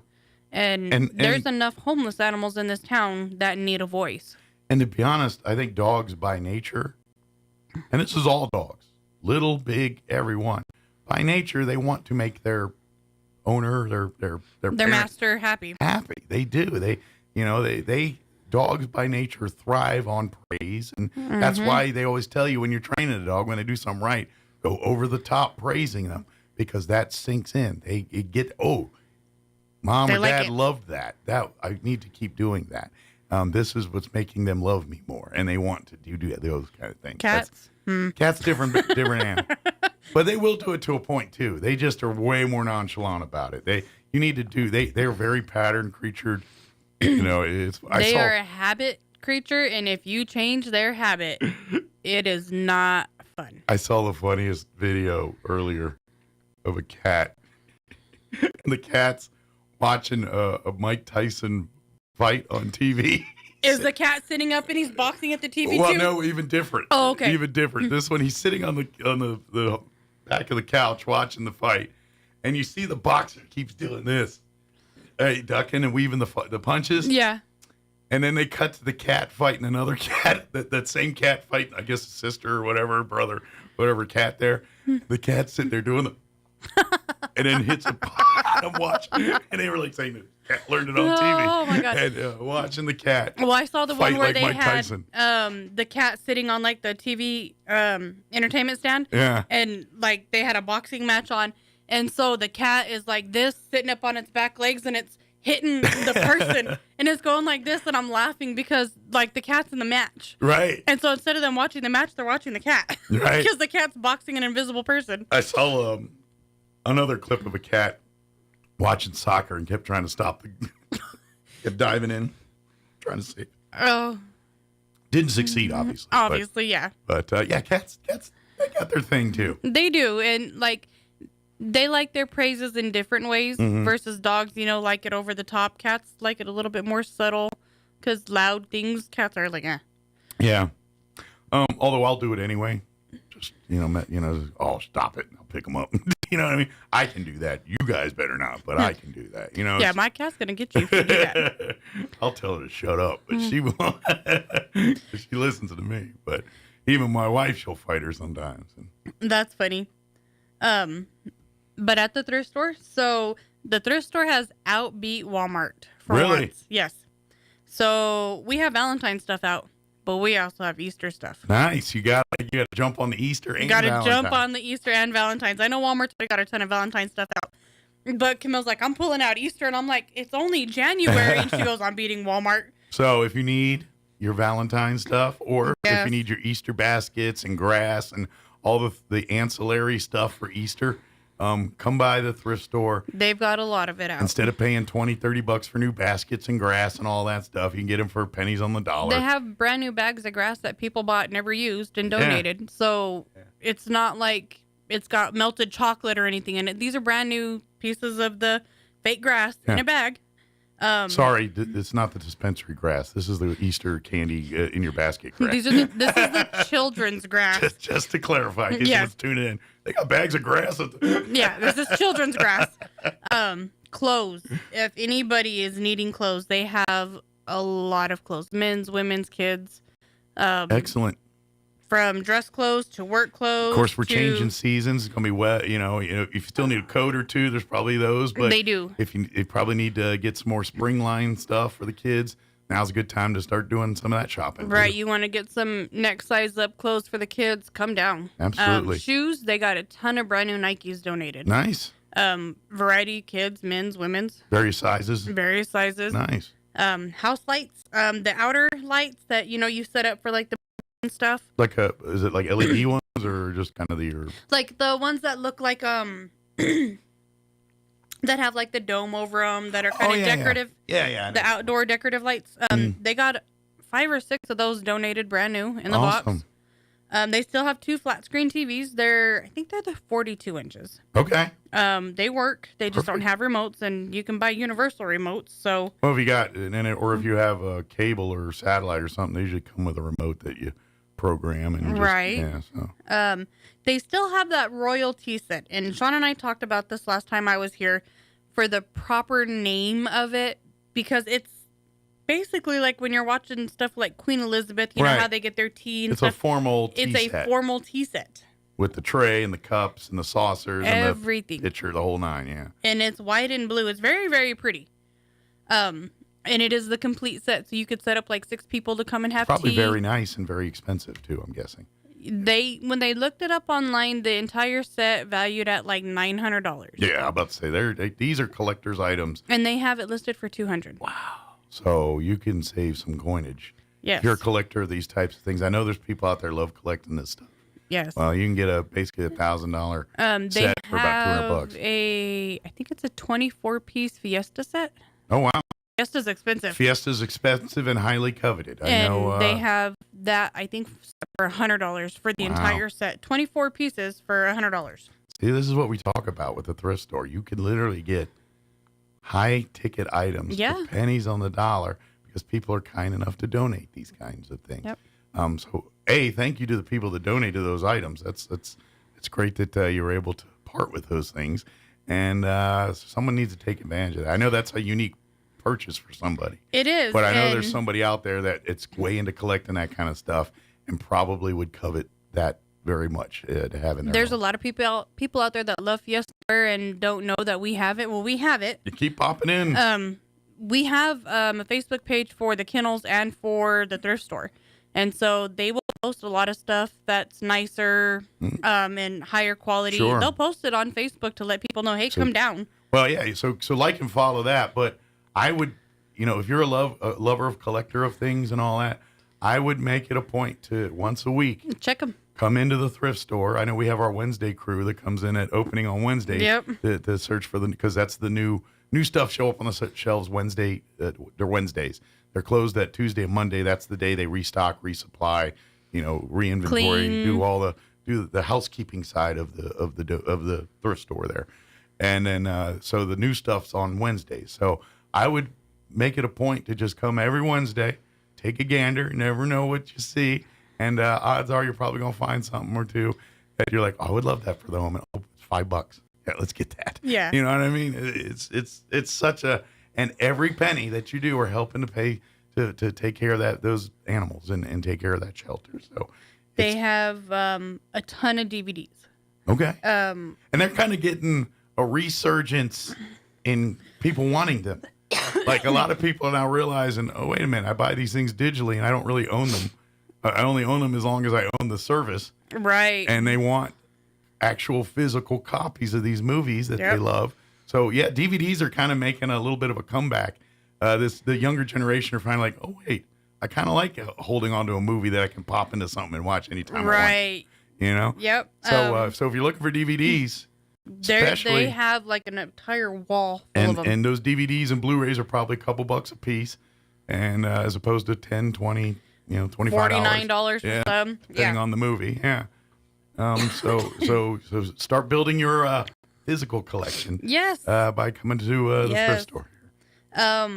They had a bunch of unopened packages of adult diapers, the incontinent diapers. Okay.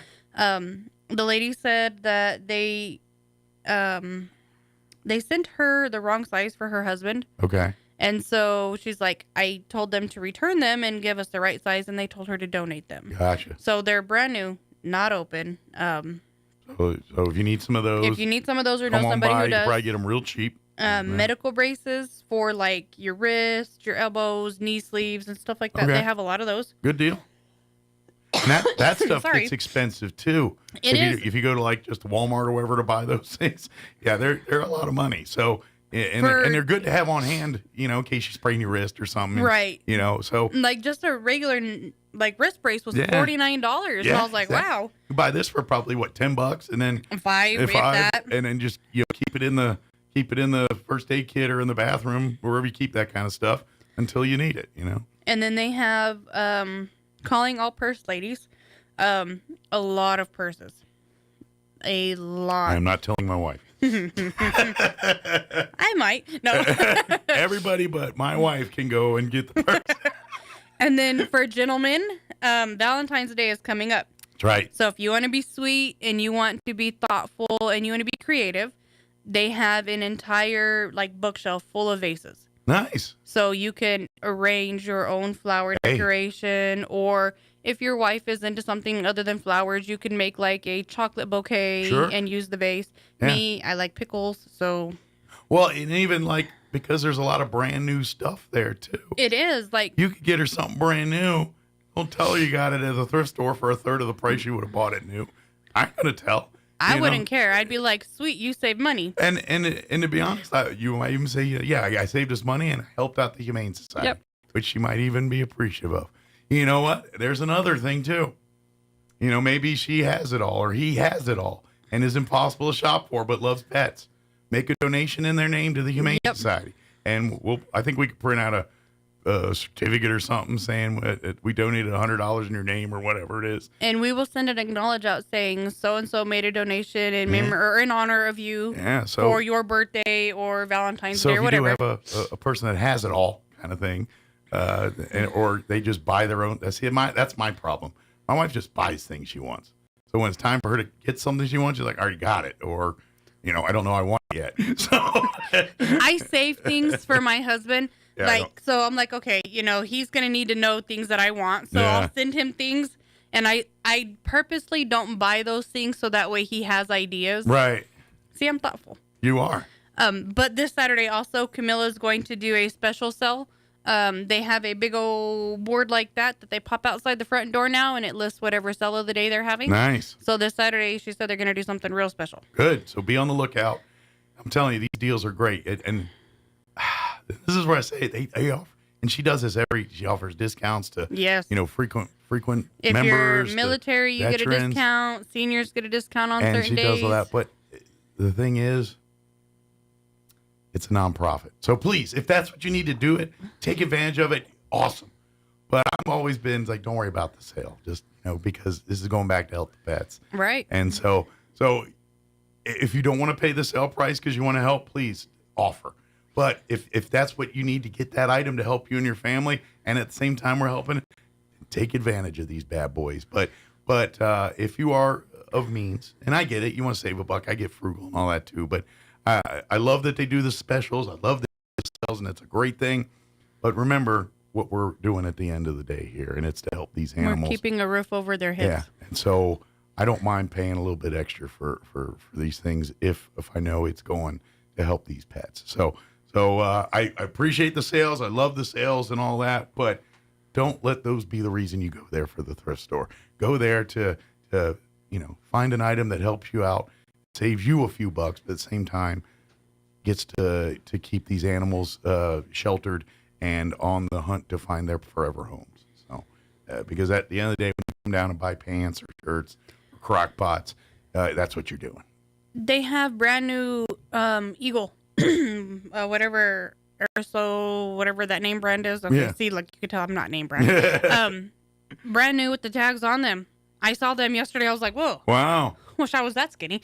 Yeah, let me know if you procure a Stanley Cup, and anyway, because we'll have to market and promote not the award that the NHL gives out, but you've heard about these Stanley Cups, right? Okay, so I laughed because the president of the Humane Society came in the other day and she had a Stanley Cup, and I said, oh, you're part of that group. And she goes, okay, first of all, she goes, it was a Christmas gift. She goes, and second of all, I don't know why they're so popular. She goes, I've had a Stanley Cup and a Stanley Bowl for like 30 years. Well, have you heard the story on how No. Sean told me about a month ago with what happened. Apparently, there was a video, TikTok or whatever video. Of the husband with the 5-gallon jug making fun of his wife with her big cup? No, different one. Okay. That was an offshoot of this. Oh, okay. It originally started when a guy or a girl or somebody had a car fire, and it burned up the car. And after the results of the car, they found the Stanley Cup in there, kind of burn up and everything, but you open up, there's still liquid with ice in it inside of it. So everyone's like, dang, that's a good cup. Big car. And so everybody and their uncle start buying Stanley Cups. And that's how it turned into a thing off of a video that someone saw that a car burned up and the Stanley Cup was in there and it still had ice in the cup. Huh. And they're like, that's a good cup. And so now everybody's losing their everyone's mind and think now they got a cup that'll keep ice eternity, keeping ice in a cup until the next ice age. Okay, they went from like $29 to $150. Yeah. Well, and then Stanley, of course, they shared it, went viral, and I think they hooked the person up and bought him a new car and a Stanley Cup. Here's an uncharred. But yeah, so that's kind of the gist of how it all caught on. But okay, I know they're overinflated price wise, and now they're something that was very pedestrian is being treated like it is the Hope Diamond. So. Well, I laughed because I saw this TikTok video or Reels video, one of the two. And this wife, she has like a Stanley Cup, and it's the big cup, and she's got the handle, and she's walking around with it. And then her husband comes in, and he's got a 5-gallon water jug that's got the handle on it, and he's got a pool noodle stuck inside of it. and then a little straw sticking out of the pool noodle, and he's all, "This is how you look with that big old cup."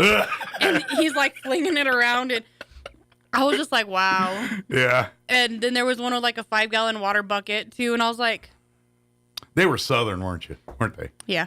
Yeah.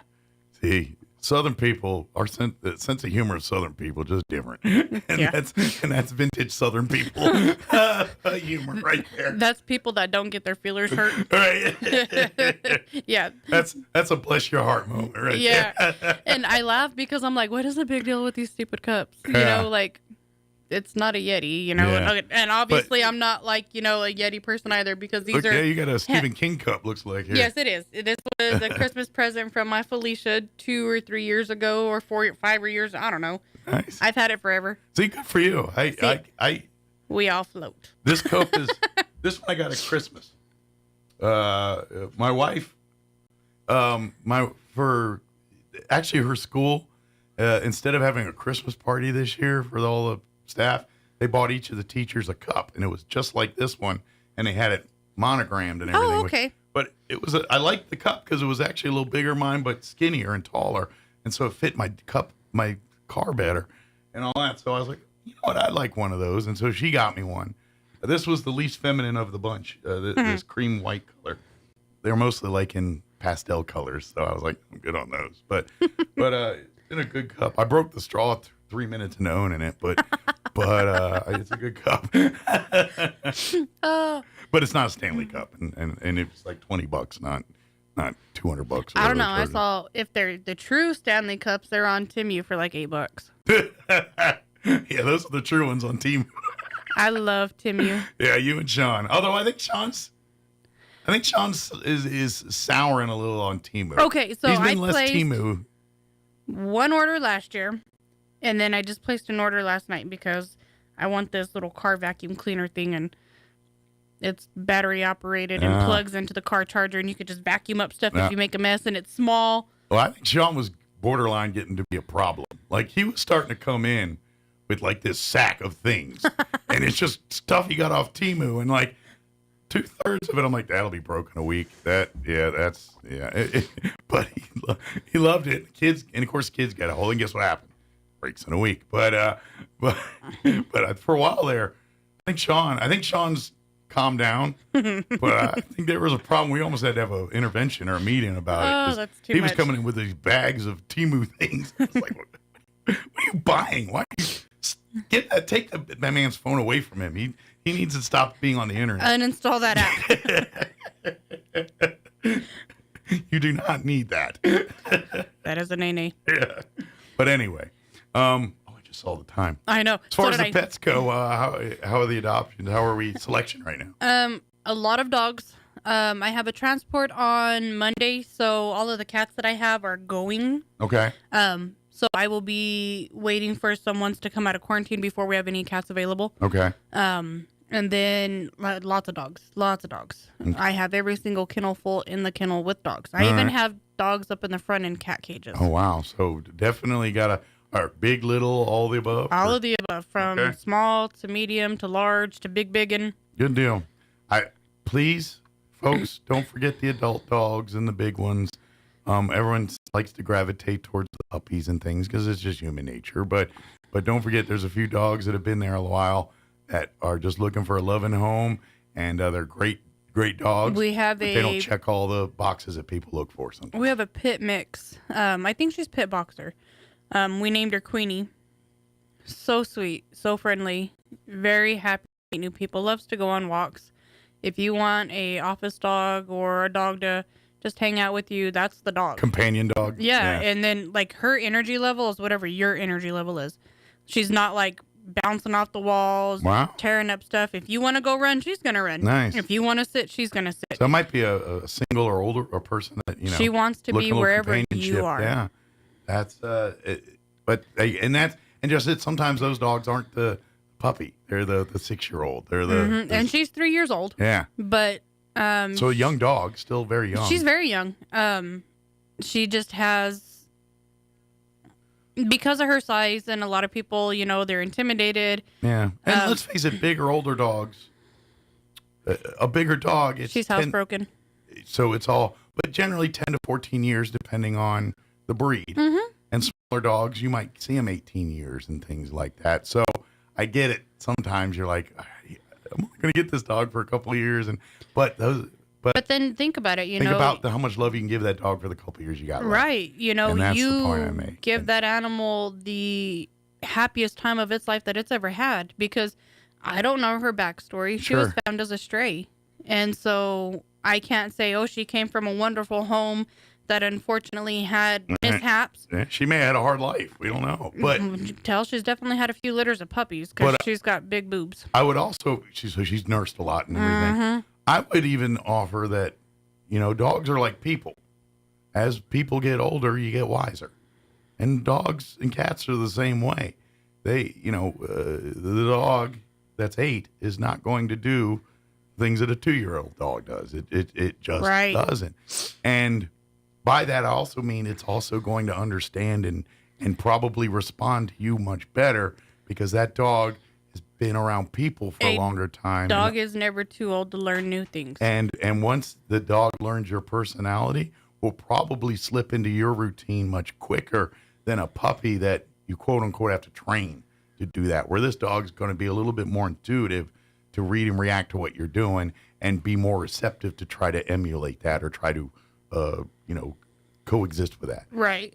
So that's so even though the dog doesn't check all the boxes that you initially walk in, sometimes you're going to meet the best personality, the best well-functioning animals are those older pets that people tend to walk past. So. They are. And I could talk all day about older dogs we have, and we could still be here tomorrow morning.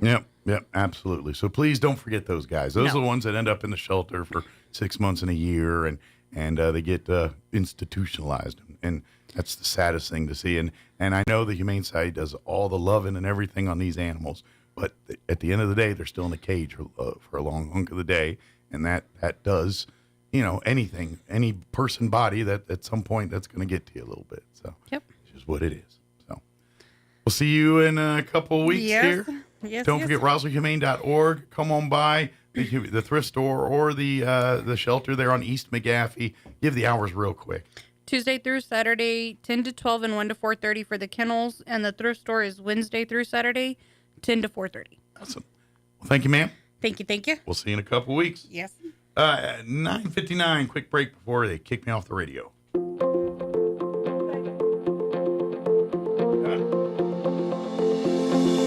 We teach our kids to say please and thank you to total strangers, but we get so familiar in our marriages and families, we stop being polite to each other. Hi, this is Pastor Troy and my wife, Miss Julie Smotherman, for The Joy of Marriage. In the love chapter of 1 Corinthians 13, it says that love is patient and kind. Love is not jealous or boastful or proud or rude. We emphasize being polite to each other in our family, which promotes an attitude of respect and brings peace in our home. Remember your manners with the person you love the most. Appreciate the things they do for you and let them know. Being polite to each other can help you avoid conflict. Let's be polite to strangers, but let's not give our best to the people we don't live with. Let's give our best to each other. If you have any questions or would like further information about the Joy of Marriage Ministry, please go to jomconference.com. No static at all. Your new home for talk radio is KEND Roswell.